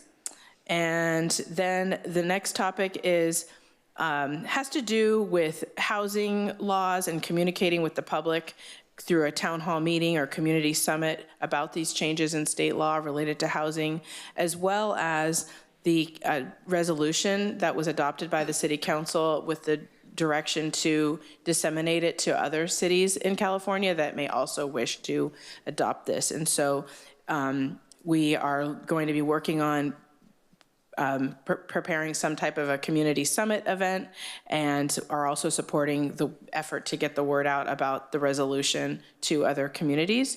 It was sent out to the League of California Cities through their mayor and council listserv. I had an inquiry from a colleague of mine from another city whose council member received it, but there may be something that we want to do additional outreach on.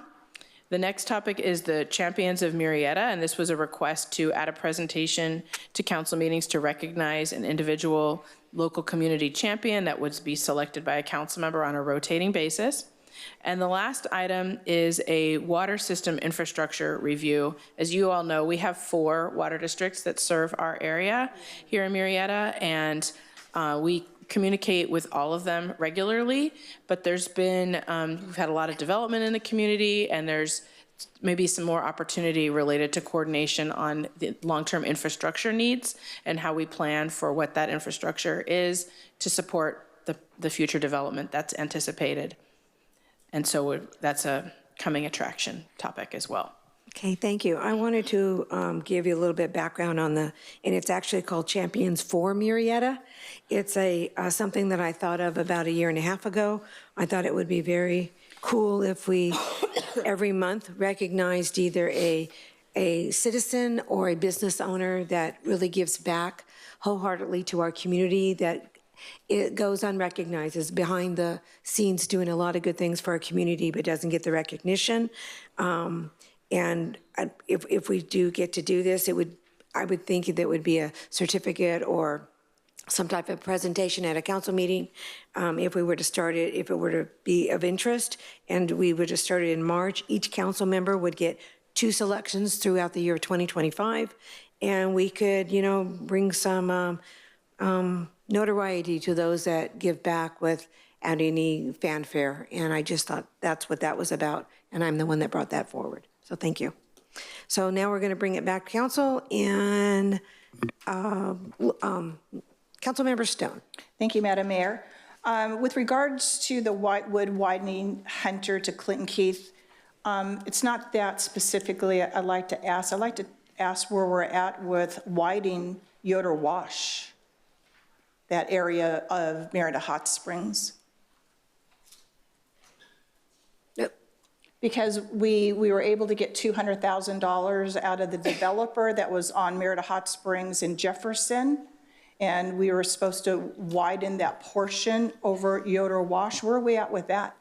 That was actually part of the Tier 2 priorities. That's a Line D expansion of the Yoder Wash. We did get $200,000 from JPI in the south side. I think Jeff Hitch has created a CIP project to allow us to accept that money, and we're starting that design process. Fantastic. Going through environmental process is probably a 2 to 3 year process. 2 to 3 year process. For construction.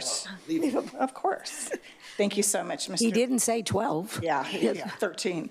13. It's not Caltrans, sorry. With regards to the amphitheater, Assistant City Manager Crane, thank you so much. I think we need to review that policy.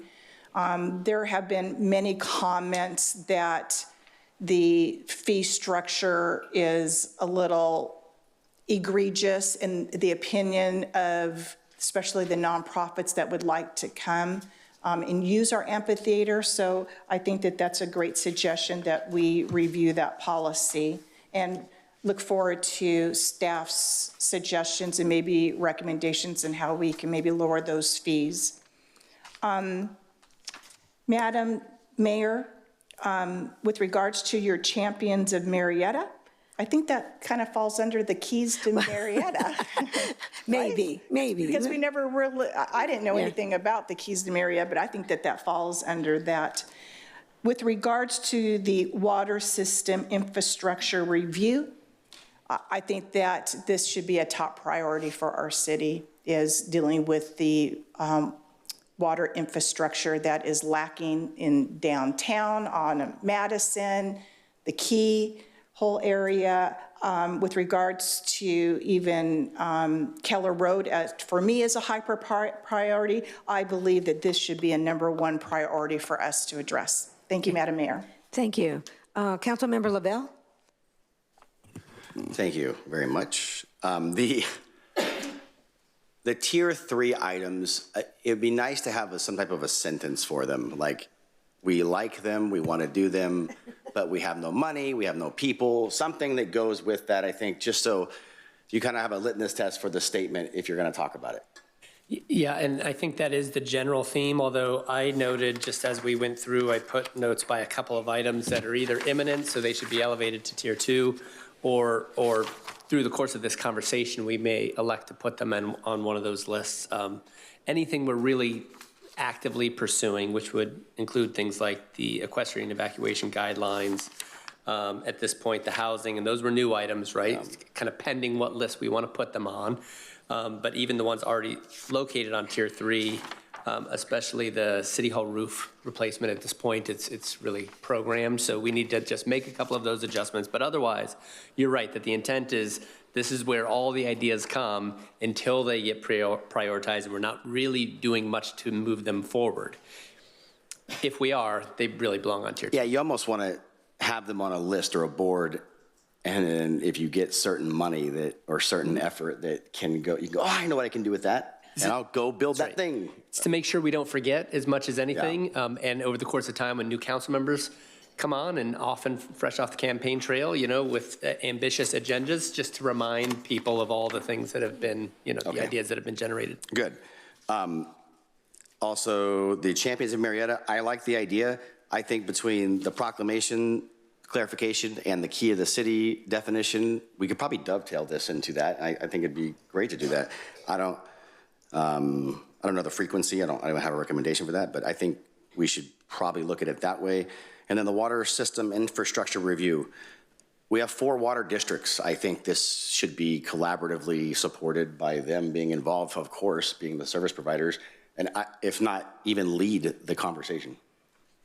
I would only add that I totally agree, but what we find is if we don't exercise whatever influence we might have, we're going to get what we're going to get. And in some cases, we might find that conflicts with our goals, both for economic development and community development, and for public safety infrastructure. So if what we really want is not only to understand what are the points of vulnerability, but how do we influence the master planning process and things that those districts go through to ensure that they're aligned with our goals, we probably need to be pretty active participants in that conversation. And with 4 districts, that's really no small hill to climb. That's a significant amount of work, even if we're leaving all of the execution to those districts. Okay, that's I figured that much, but hopefully we'll find a way to be pragmatic in those discussions. That's all I have for Tier 3 for now. Thank you so very much. Moving on to Councilmember Holliday. Thank you, Madam Mayor. So the page 1 of Tier 3 has the loan program for water and sewer connections. Unless my colleagues have a reason to keep it on the list, I would say strike that from the list completely. It was something I brought forward from a specific business down in Old Town, and they have since found an avenue to get done what they needed to get done. So I'm good with taking that one off the list, which would be a huge win, getting something off the list. Loan program for water/sewer connections. So unless one of my colleagues has a issue with that, we can take it off the list. The Keel specific plan. So I just wanted to explain why this one is challenging. So Eastern's current policy is they have some capacity for sewer in the existing sewer line that is gravity fed south to Temecula in Whitewood. They don't obviously have enough capacity for all the development that is planned there. And so their policy is first come, first serve. Whoever gets in the door first gets the existing capacity with no extra fees per se, no additional extra fees for new infrastructure. And the people who come in last are saddled with basically not being able to build because now they have to come up with all the money for all the infrastructure, which is not equitable for anyone. So I have been working for 2 years now with the Water District and city staff and stakeholders to try and come up with a plan of what makes sense for out there. And the challenge is that the Water District doesn't want to be the lead agency. They want the city to be the lead agency because we determine where the streets go. And if they design a system and then we move a street, now their design is worthless. So the city has to be integral into that. We have right of way for probably 95% of the roadway out there, but because of topography and stuff, we need a little more right of way in certain areas to be able to blend into the existing topography. So there's still a little more right of way that needs to be figured out. I don't know, did you talk to Eastern after our last meeting? Actually, no, I haven't. Sorry, she and I are scheduled to speak tomorrow. Tomorrow. Because obviously if we could get Eastern to change their policy and say, no, this has to be a solution that fits everyone in that area, including stuff on the west side of Whitewood, then it takes some of the urgency away. But I know developers right now says, well, no, they said they give me access, they give me some of that capacity, so I'm good to go, and they're moving forward. And I guarantee the people on Menifee Road in that area that want to develop are going to end up being unable to do so because the cost is going to be too high. So this one really needs to be moved to a 2 or a 1. As I mentioned in our last session, if we do the master plan overlay, which was our last meeting, that seems to be a much less expensive, it still takes staff time. So it still has to be prioritized with all the other things the city is trying to get done. But if left the way it is, you're going to get a couple of projects that are going to come in, take up that capacity. The others won't be able to develop, and it'll be screaming and yelling because now their retirement, which is what they look at this as, being able to sell that property and retire is non-existent. And they're going to be coming to the city saying, why'd you let this happen? So I know we have more than on our plate than we can handle, but this one needs to have some attention paid to it. And then the other thing I had a question about for Madam City Attorney was what's going on with our ballot measure we've talked about a couple times, because that should be on the list somewhere, somehow. We've got to get it created and signatures by when? The one about local Constitutional control. amendment. There hasn't been a council direction to add that to the list, so nothing's being done on it at this time. But I would assume that would be for like the November 2026 ballot, so we would have until probably spring or early summer 2026. That we have to be done, have the signatures by. Submit it to the state, yeah. Yeah, so that's a little over a year. But we can Year and a quarter. timeline that if it gets added to the priorities list. But I would suggest we add that to the list somewhere. It's a constitutional amendment that would be one or two sentences, and I'm not going to create the language on it, but it basically say that land use, density, zoning, the final authority rests with the local jurisdiction. Yeah, I've been an advocate for that as well, so Well, yes. we've got to put that on the list, or it's going to be spring of '26, and we're going to say, oh, we missed our opportunity. So those are the three things I have. Thank you. Thank you so very much. Councilmember DeForest? Thank you so much, Madam Mayor. Just to Hang on, before you start, I want to remind everybody we have 30 minutes to wrap this up before we go into closed session. Okay, go ahead. I'll talk fast. The equestrian evacuation, I think that the Genesee evacuation program worked really well. I've been at all of those meetings, and it was nice to have equines and actually get alerted with enough time to hook a trailer up and to think about where to go. So thank you to our fire and police for putting that together. And I do think that it is working. The text's working. The information is very clear and disseminated to the entire community. So thank you for that. I just had a question for the public arts. I know we spent a lot of time on that. I know at one time Dominique was working on that and had an intern. Isn't that, I was told from our previous city manager that was almost done. That was just a few, cross the T and dot the I's and it would be completed. So we did spend a lot of time as staff working on a proposed, what I would call a public art program. Not necessarily a policy per se, which there's connotations with that, like do you want to require new development to have to pay a fee toward public art, right? That's one avenue. But the concept of a public art program, if your goal is to add some public art in a downtown or to facilitate a mural program or different, we had some ideas for you of what a program could be, what a budget for that would be, and so forth. It does come with a price tag if you're gonna, if you want to make something like that happen. It doesn't just happen overnight without any effort. But we were just about ready to bring that to you, to share with you. Here's some ideas for you about a potential program of what that would look like. All right, so would you say that's, as a whole, the 50% of the work's been done? It's more than 50%. I would say that is probably other than the fact that I have never shared it with Justin because it's been on hold the whole time he's been here. Surprise! That part is fine, but I think to clarify, most of the work to outline a program, executing a program, funding a program would be a whole, from that context, it's just a small percentage.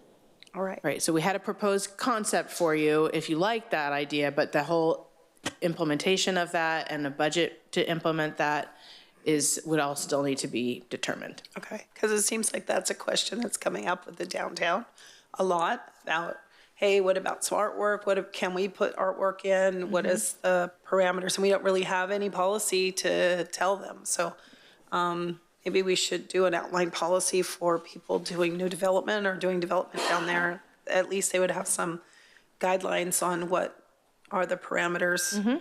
So that would just be my comment there.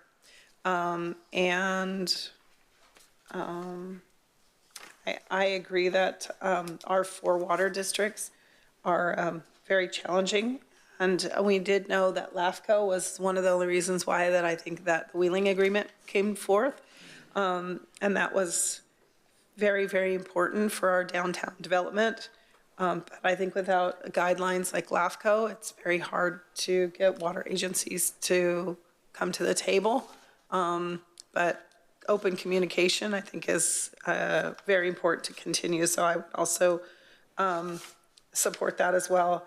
The sidewalk vendor policy, I've been talking about this, and I did talk about it with Chief Conrad several times, because I was the one sending in pictures on Sundays with our street vendors and public sidewalk vendors, and we're heading into Valentine's Day again, and I will guarantee that we will be inundated with sidewalk sellers. And, you know, our brick and mortars are paying the taxes and paying the business licenses and everything else, and these sidewalk vendors are certainly taking from them. And, you know, as a small business owner myself, I think it's very, very important that we support those small business. So I think that we need to get a policy set for our police that's very, very specific and gives them some guidelines and also some training to move forward with that. And I think that's all I have right now. Thank you, Madam Mayor. We're going to say the same thing, public safety. No, I'm not going to talk about public safety. No, regarding the street vendors. Oh, it's a safety issue as well. I have a lot to say about that. Yeah, I know you do, but anyway, there you go. I'm sorry, did you want to say something? Yeah, so poor David, I mean, I drive him crazy all the time with regards to Mother's Day, Valentine's, and sadly, I don't think we have enough code enforcement officers that's on the ground to be able to mitigate for that. But also, our city attorney in the past has said that the laws have changed and they are protecting the vendors. And so I think it's really important that our city attorney work with our city manager on updating us, educating us of what those new laws and policies are that do protect them. But again, I agree, we need to protect our brick and mortar stores first and foremost. And with Valentine's coming up, if our code enforcement officers can navigate, especially off the 215 freeway in Los Alamos, Whitewood in Los Alamos, Murrieta Hot Springs and Alta Murrieta. Those are all in my district. And when they have canopies that are encroaching the walkway and they're out in the middle of the street, that's worrisome to me. Thank you, Madam Mayor. You're welcome. Okay, we're going to wrap this up, and so we can get our priorities. Yes. I was going to say, David, you're not alone. Yeah, no, you're not the only one she bothers. We know that. Sorry. But we need to wrap this up, and we need to move forward and get put our little check marks or asterisks or whatever we're going to do. So we need to figure out where we want to start with Tier 1, what we want to keep. And remember, if we want to move something up, we have to move something back. We just cannot add, because adding doesn't help the situation. So, okay, yeah, you got rid of one. Okay, so let's really work on this. So let's go with the Tier 1. We'll start with public safety. And I'm going to make the question, do we all agree that Fire Station 6 is a key priority? Do I have a yes from everybody on that one? Yes. Lori? Yes. Okay. I want to hear voices, people. The concrete replacement is ready to go, so that is already in place, so that would stay as is, correct? Okay. We're gonna. The public safety CFD, that should be off the list. You already voted for that. Right, so I'm just. Does that stay on? Will that stay on the list? Thank you, I was going to ask that. It shouldn't need to. Yeah. I would say that there is still work that's happening on getting that set up. You took a big step last week, but there's still some additional steps related to that. Okay, so we're going to leave right there, Tier 1, those top 3 are staying in place, knowing that 2 of them are going to come off within 6 or 7 months. Would that be about correct? Okay. Okay, we're moving over to the next column, the improvement at the MIC, Surplus Land Act, Madison Specific Plan. What's the council's feeling on that? Obviously, the MIC is already in process. I would say that that is a high priority. Would we agree with that? Yeah, we don't want to lose Yes. We don't want to lose our funding on that, correct? Now it's got grants and stuff. Correct, it does. Yes, it does. The Madison Specific Plan, we can move over a tier, over a column if you want to. So just lead me where you want to go, people. So I know on the Madison specific plan, we've got the water and sewer infrastructure going in with ARPA funds, correct? Yes, there's a little swapping going on with the water district, but yes. But that's moving forward. That part is moving forward. Despite the specific plan. Despite the specific plan. Okay. The specific plan is a separate project that we would need to put money in the budget for next fiscal year. So I'll look to David, but realistically, at this rate, the timeline would be you would be budgeting for it, and then we wouldn't really be getting going with the work on it until the new fiscal year. I would recommend we move that down to tier 2. I was going to make. Yeah, agree. Maybe this is a dumb question. Could we do an overlay zone instead of a specific plan first?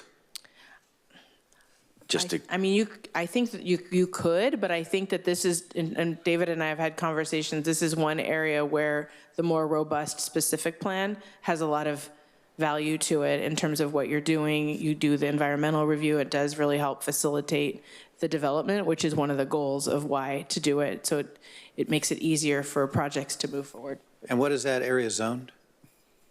Innovation. Oh, my favorite zone. we should change that. Speaking of general plan amendments, yeah, I think that should move down to tier 2. Okay. If you guys are in agreement with that. Yes. Yes. Before we move forward with this, what on this list is coming off this year? That will help a great deal. City. When you say this list, which? The tier 1, all of them She's across the talking board. about- I'm just looking at tier 1. Here, look at this. Kristen. this Oh, yeah, is no, on I there. have it in front of me. That So I just was list is- confirming, So what are we So if you're absolutely crossing- going to be losing? Looking at tier 1, I'm just going to go across the space. Okay. So the concrete replacement, the CFDs, I'm optimistically the concrete replacement's going to get done this fiscal year, this calendar year or fiscal year, Jeff? I think so. Okay. Okay. A little bit, Sort of, okay, yeah. When it's done, it'll be done, and then it really gets Okay. checked off. The improvements at the MIC should, even if construction's not done, that's gonna be like well underway on that piece. I don't think Surplus Lands Act, there's still some lots of lingering things with those kinds of property dispositions. The generator replacement project That'll come and the off. Public Works modular offices, there's, the goal would be this summer. So, Okay. right, so like not quite this fiscal year, but close. Okay. Amphitheater parking That'll be lot will be done. Hot Springs widening will be underway. Correct. The Hot Springs and Alta Murrieta intersection should be finished. Okay. Hillside ordinance, is that scheduled to come back?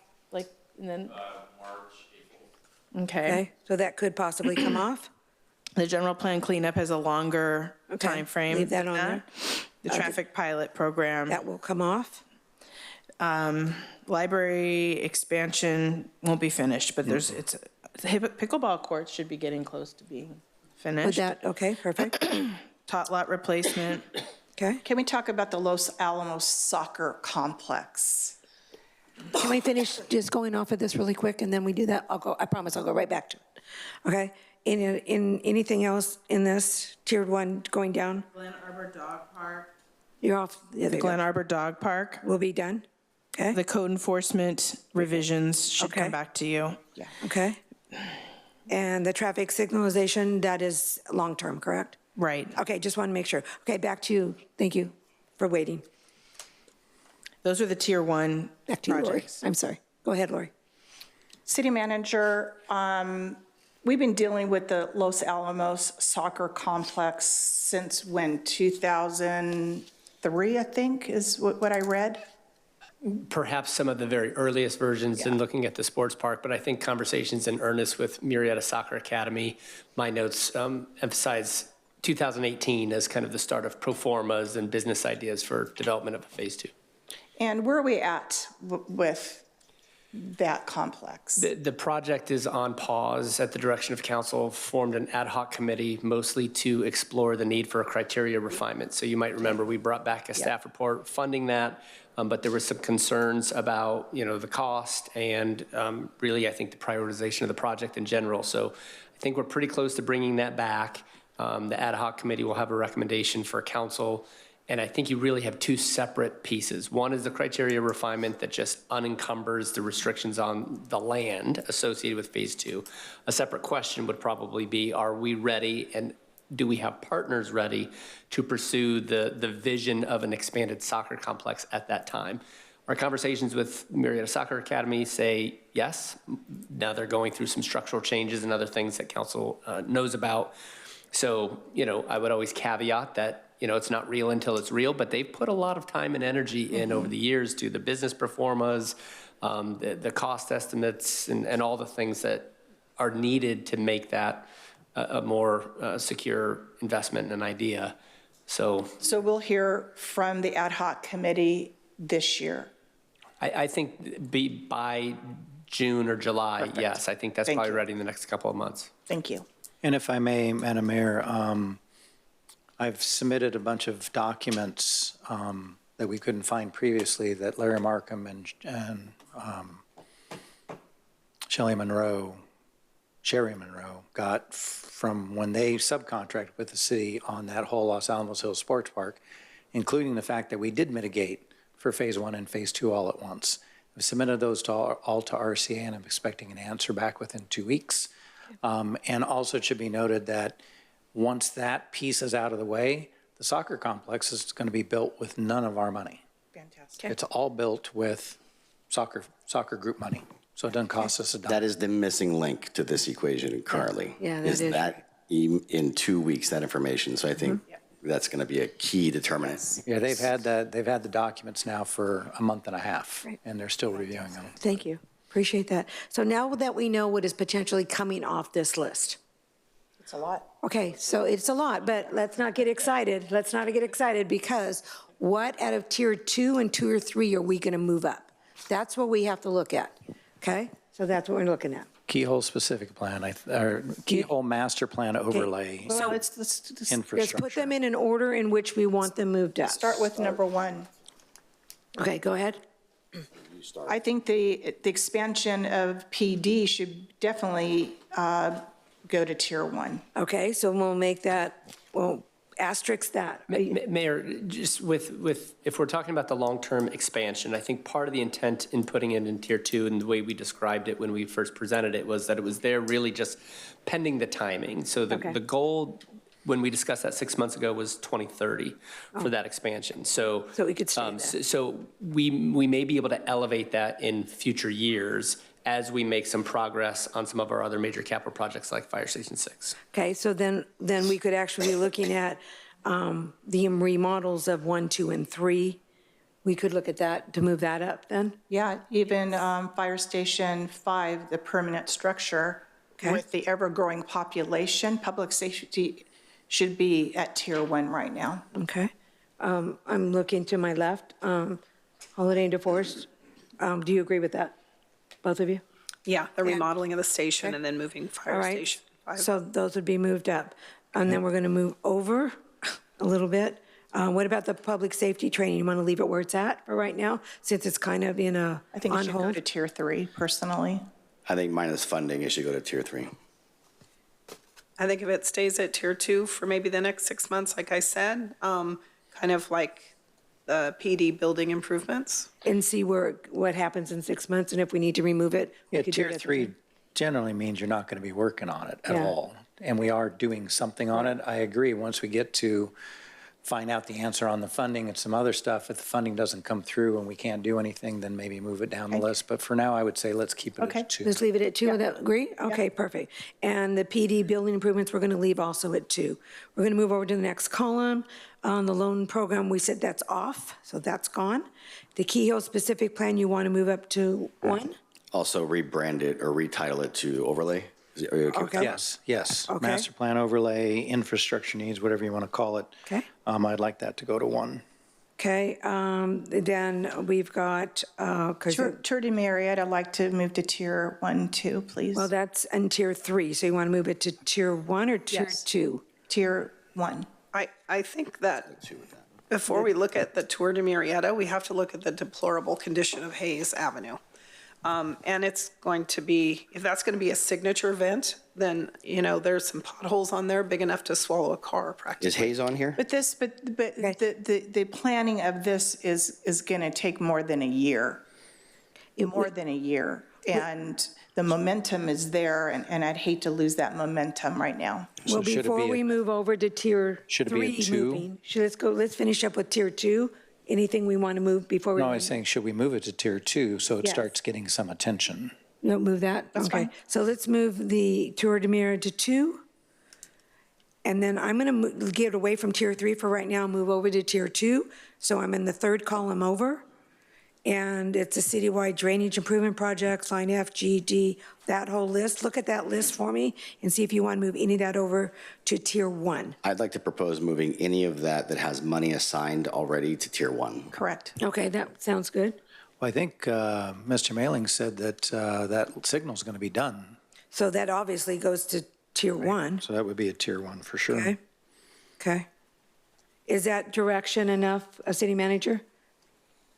Yes, and to clarify, I think what we would propose doing is we've identified a lot of projects to be elevated as things come off our Correct. list. So maybe there's a little bit more art than science in that, but what I think, if nothing else, that would reflect is next time we bring this list to you, you'll see these changes, especially because by then some of these other projects will be coming off the list. Okay, cool. Then we're going to move back over, so that takes care of all of tier 2. Yeah, Back to, tier 2 has that community pool redesign. oh, sorry, I didn't see that over there. Yeah, that should be, I'd like to see that move to tier 1. Well, that's really part of the Parks Master Plan that they Yes. talked about. That is correct. And if I could, I might recommend, because the timing of that is, pretty near term, that you might want to really invest in looking at that holistically. Okay. And maybe put a pin in this, and to the extent that you can help in examining the strategic plan, and staff will probably also help you understand what they see as priorities, and you can give some feedback there. And then again, when we bring this list back, we'll incorporate any and all of the direction that you give on the strategic plans in the priorities plan. Okay, great. Does that agree, do you guys agree with that? All right, moving along. Back to looking at the tier 3, I'm in the 1, 2, 3, 4th column, going from the left to the right. There's a tier 3 down at the bottom, Whitewood widening, any of these items, and then the tier 3 moving over to the right. Any of these you want to move to tier 2 as things come off of tier 2. Well, backing up one column, we have a whole list there in tier 3 under the third column. Oh, sorry about that, yeah, right. City Hall roof replacement, someone said that that's imminent. I think That does need to be taken our city care of. manager. And Can we use a tarp? How many tarps do we have? treat it the same as the Adobe buildings. What happened to here? So we go this way and then, Yeah. All right, so. What about the development approval process deep drive? You're currently doing that, right? Yeah, we've started that because it also reflects administrative priorities, so probably to be consistent, it should be elevated. 2. To 2? Tier 1? Tier 1. Tier 1, so. And the roof replacement is tier 1? Tier 1, As a small okay. project, probably. What about the HVAC? Is that a 2 or a 3? I don't think that one's as imminent, so probably tier 2 if it's on a near horizon to begin. Okay, so we'll move that up to 2. Lori, do you Kitchen see at the where we're community Okay, good. center? Stay at a 3? the kitchen, you said? Yeah. Yeah, I'd say 3. And the civic center development, I don't know what that is. is that a conceptual? I don't know what that is. I don't either.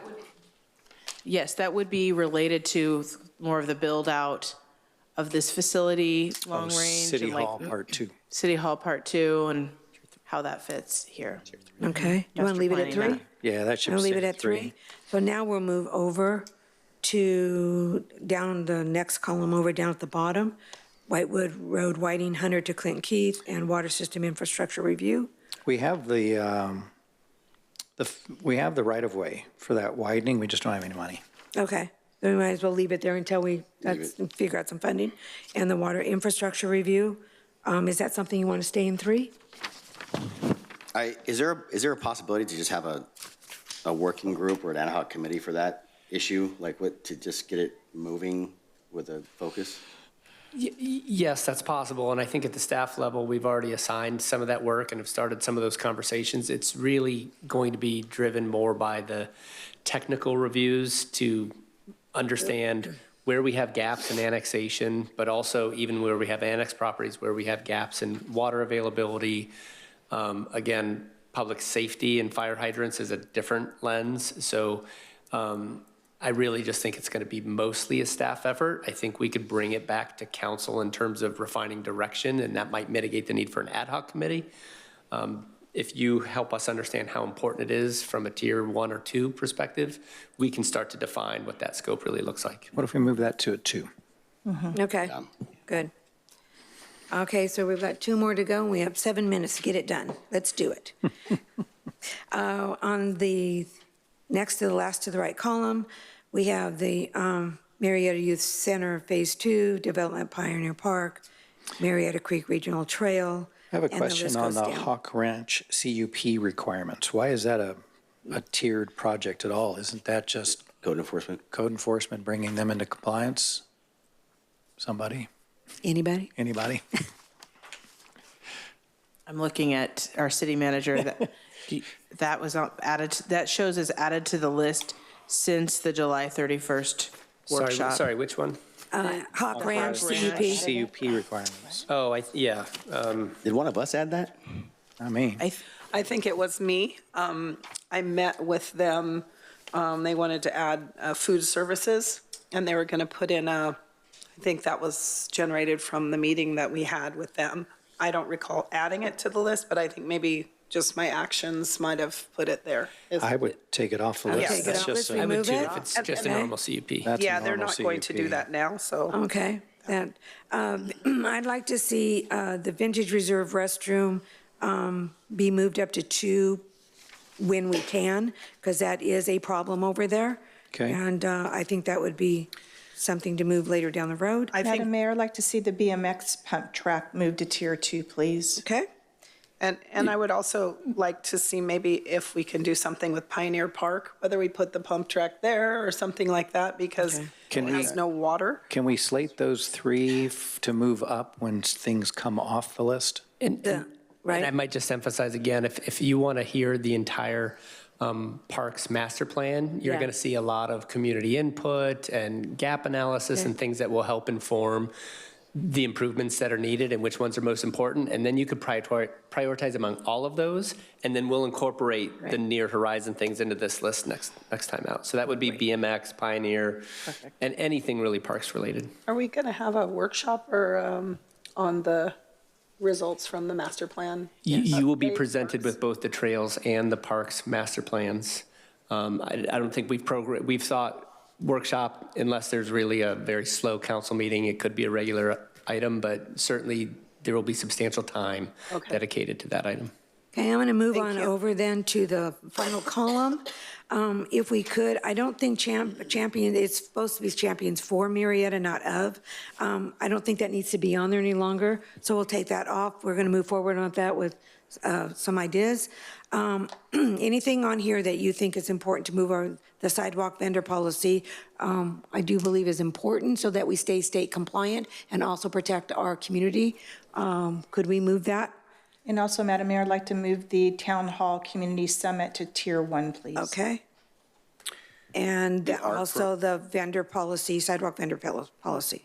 Okay. The art program, I don't think the city wants to own one, but if we want a policy on that, like the guidelines, I think I'm fine with that. And that should be an easy, I think we're done with that. But that's different. They were working on a program. You haven't started on a policy, right? That's what we want to talk through with you, is the concept of a policy of, is that something you want to have, a policy where people are required to like pay an in lieu fee for art or include art? Like, is that really a policy that you want to have? And so that's part of what we would be discussing with you when you're considering what the program would look like, or are there other pathways? Well, let me ask this. If someone comes and says, hey, I want to put a art on the side of my building in downtown, what do you tell them? So if it's art, like a piece of art, for example, Or a mural. there's differences, right? So, but if there was a piece of art and someone said, I own this property, I want to put a sculpture here, yes, they would go through basically like a building permit process, depending upon the size and scope, and make sure it's safe, and there's a pathway there. The concept of mural guidelines, like what the process would be for a mural, because there's a fine line about, is a mural art or is it a sign? And there's, rules about how big a sign can be. So that's part of what we wanted to show with you too, as part of the program of, if you like the idea of being able to do murals in the downtown area, then the direction to our staff would be, let's come up with what changes need to be made to the municipal code to facilitate that that it's not a sign, that it's a mural, and there's a way to do that. So that's part of what's on the list, is sort of taking your temperature on, what's your vision? We can't just bring you a policy without real clarity on what do you want it to look like. Right. And then we can go forward accordingly to implement that, if that makes sense. But we would need a plan so that people can just not put up whatever they just want. We would need some type of standard so that it is. That's where you get, that's where you get It's a lot of work. It is, yeah. And I certainly wouldn't want to elevate it a ton of these other projects that we're looking at. No, I wouldn't want to elevate it. I'd leave it there until we have an intern. Okay. So, one possibility to offer to you would be to bring back to you what we did as far as what the concept was, and see, is that something you want to do something with? But I wouldn't change or we leave it there. tier status, but since you've already got all the work into what you've done, I'd be happy to hear that. If Lori, my did you have colleagues anything you agree. want to say? Yeah, in closing. Okay, I'm going to call on everybody, okay?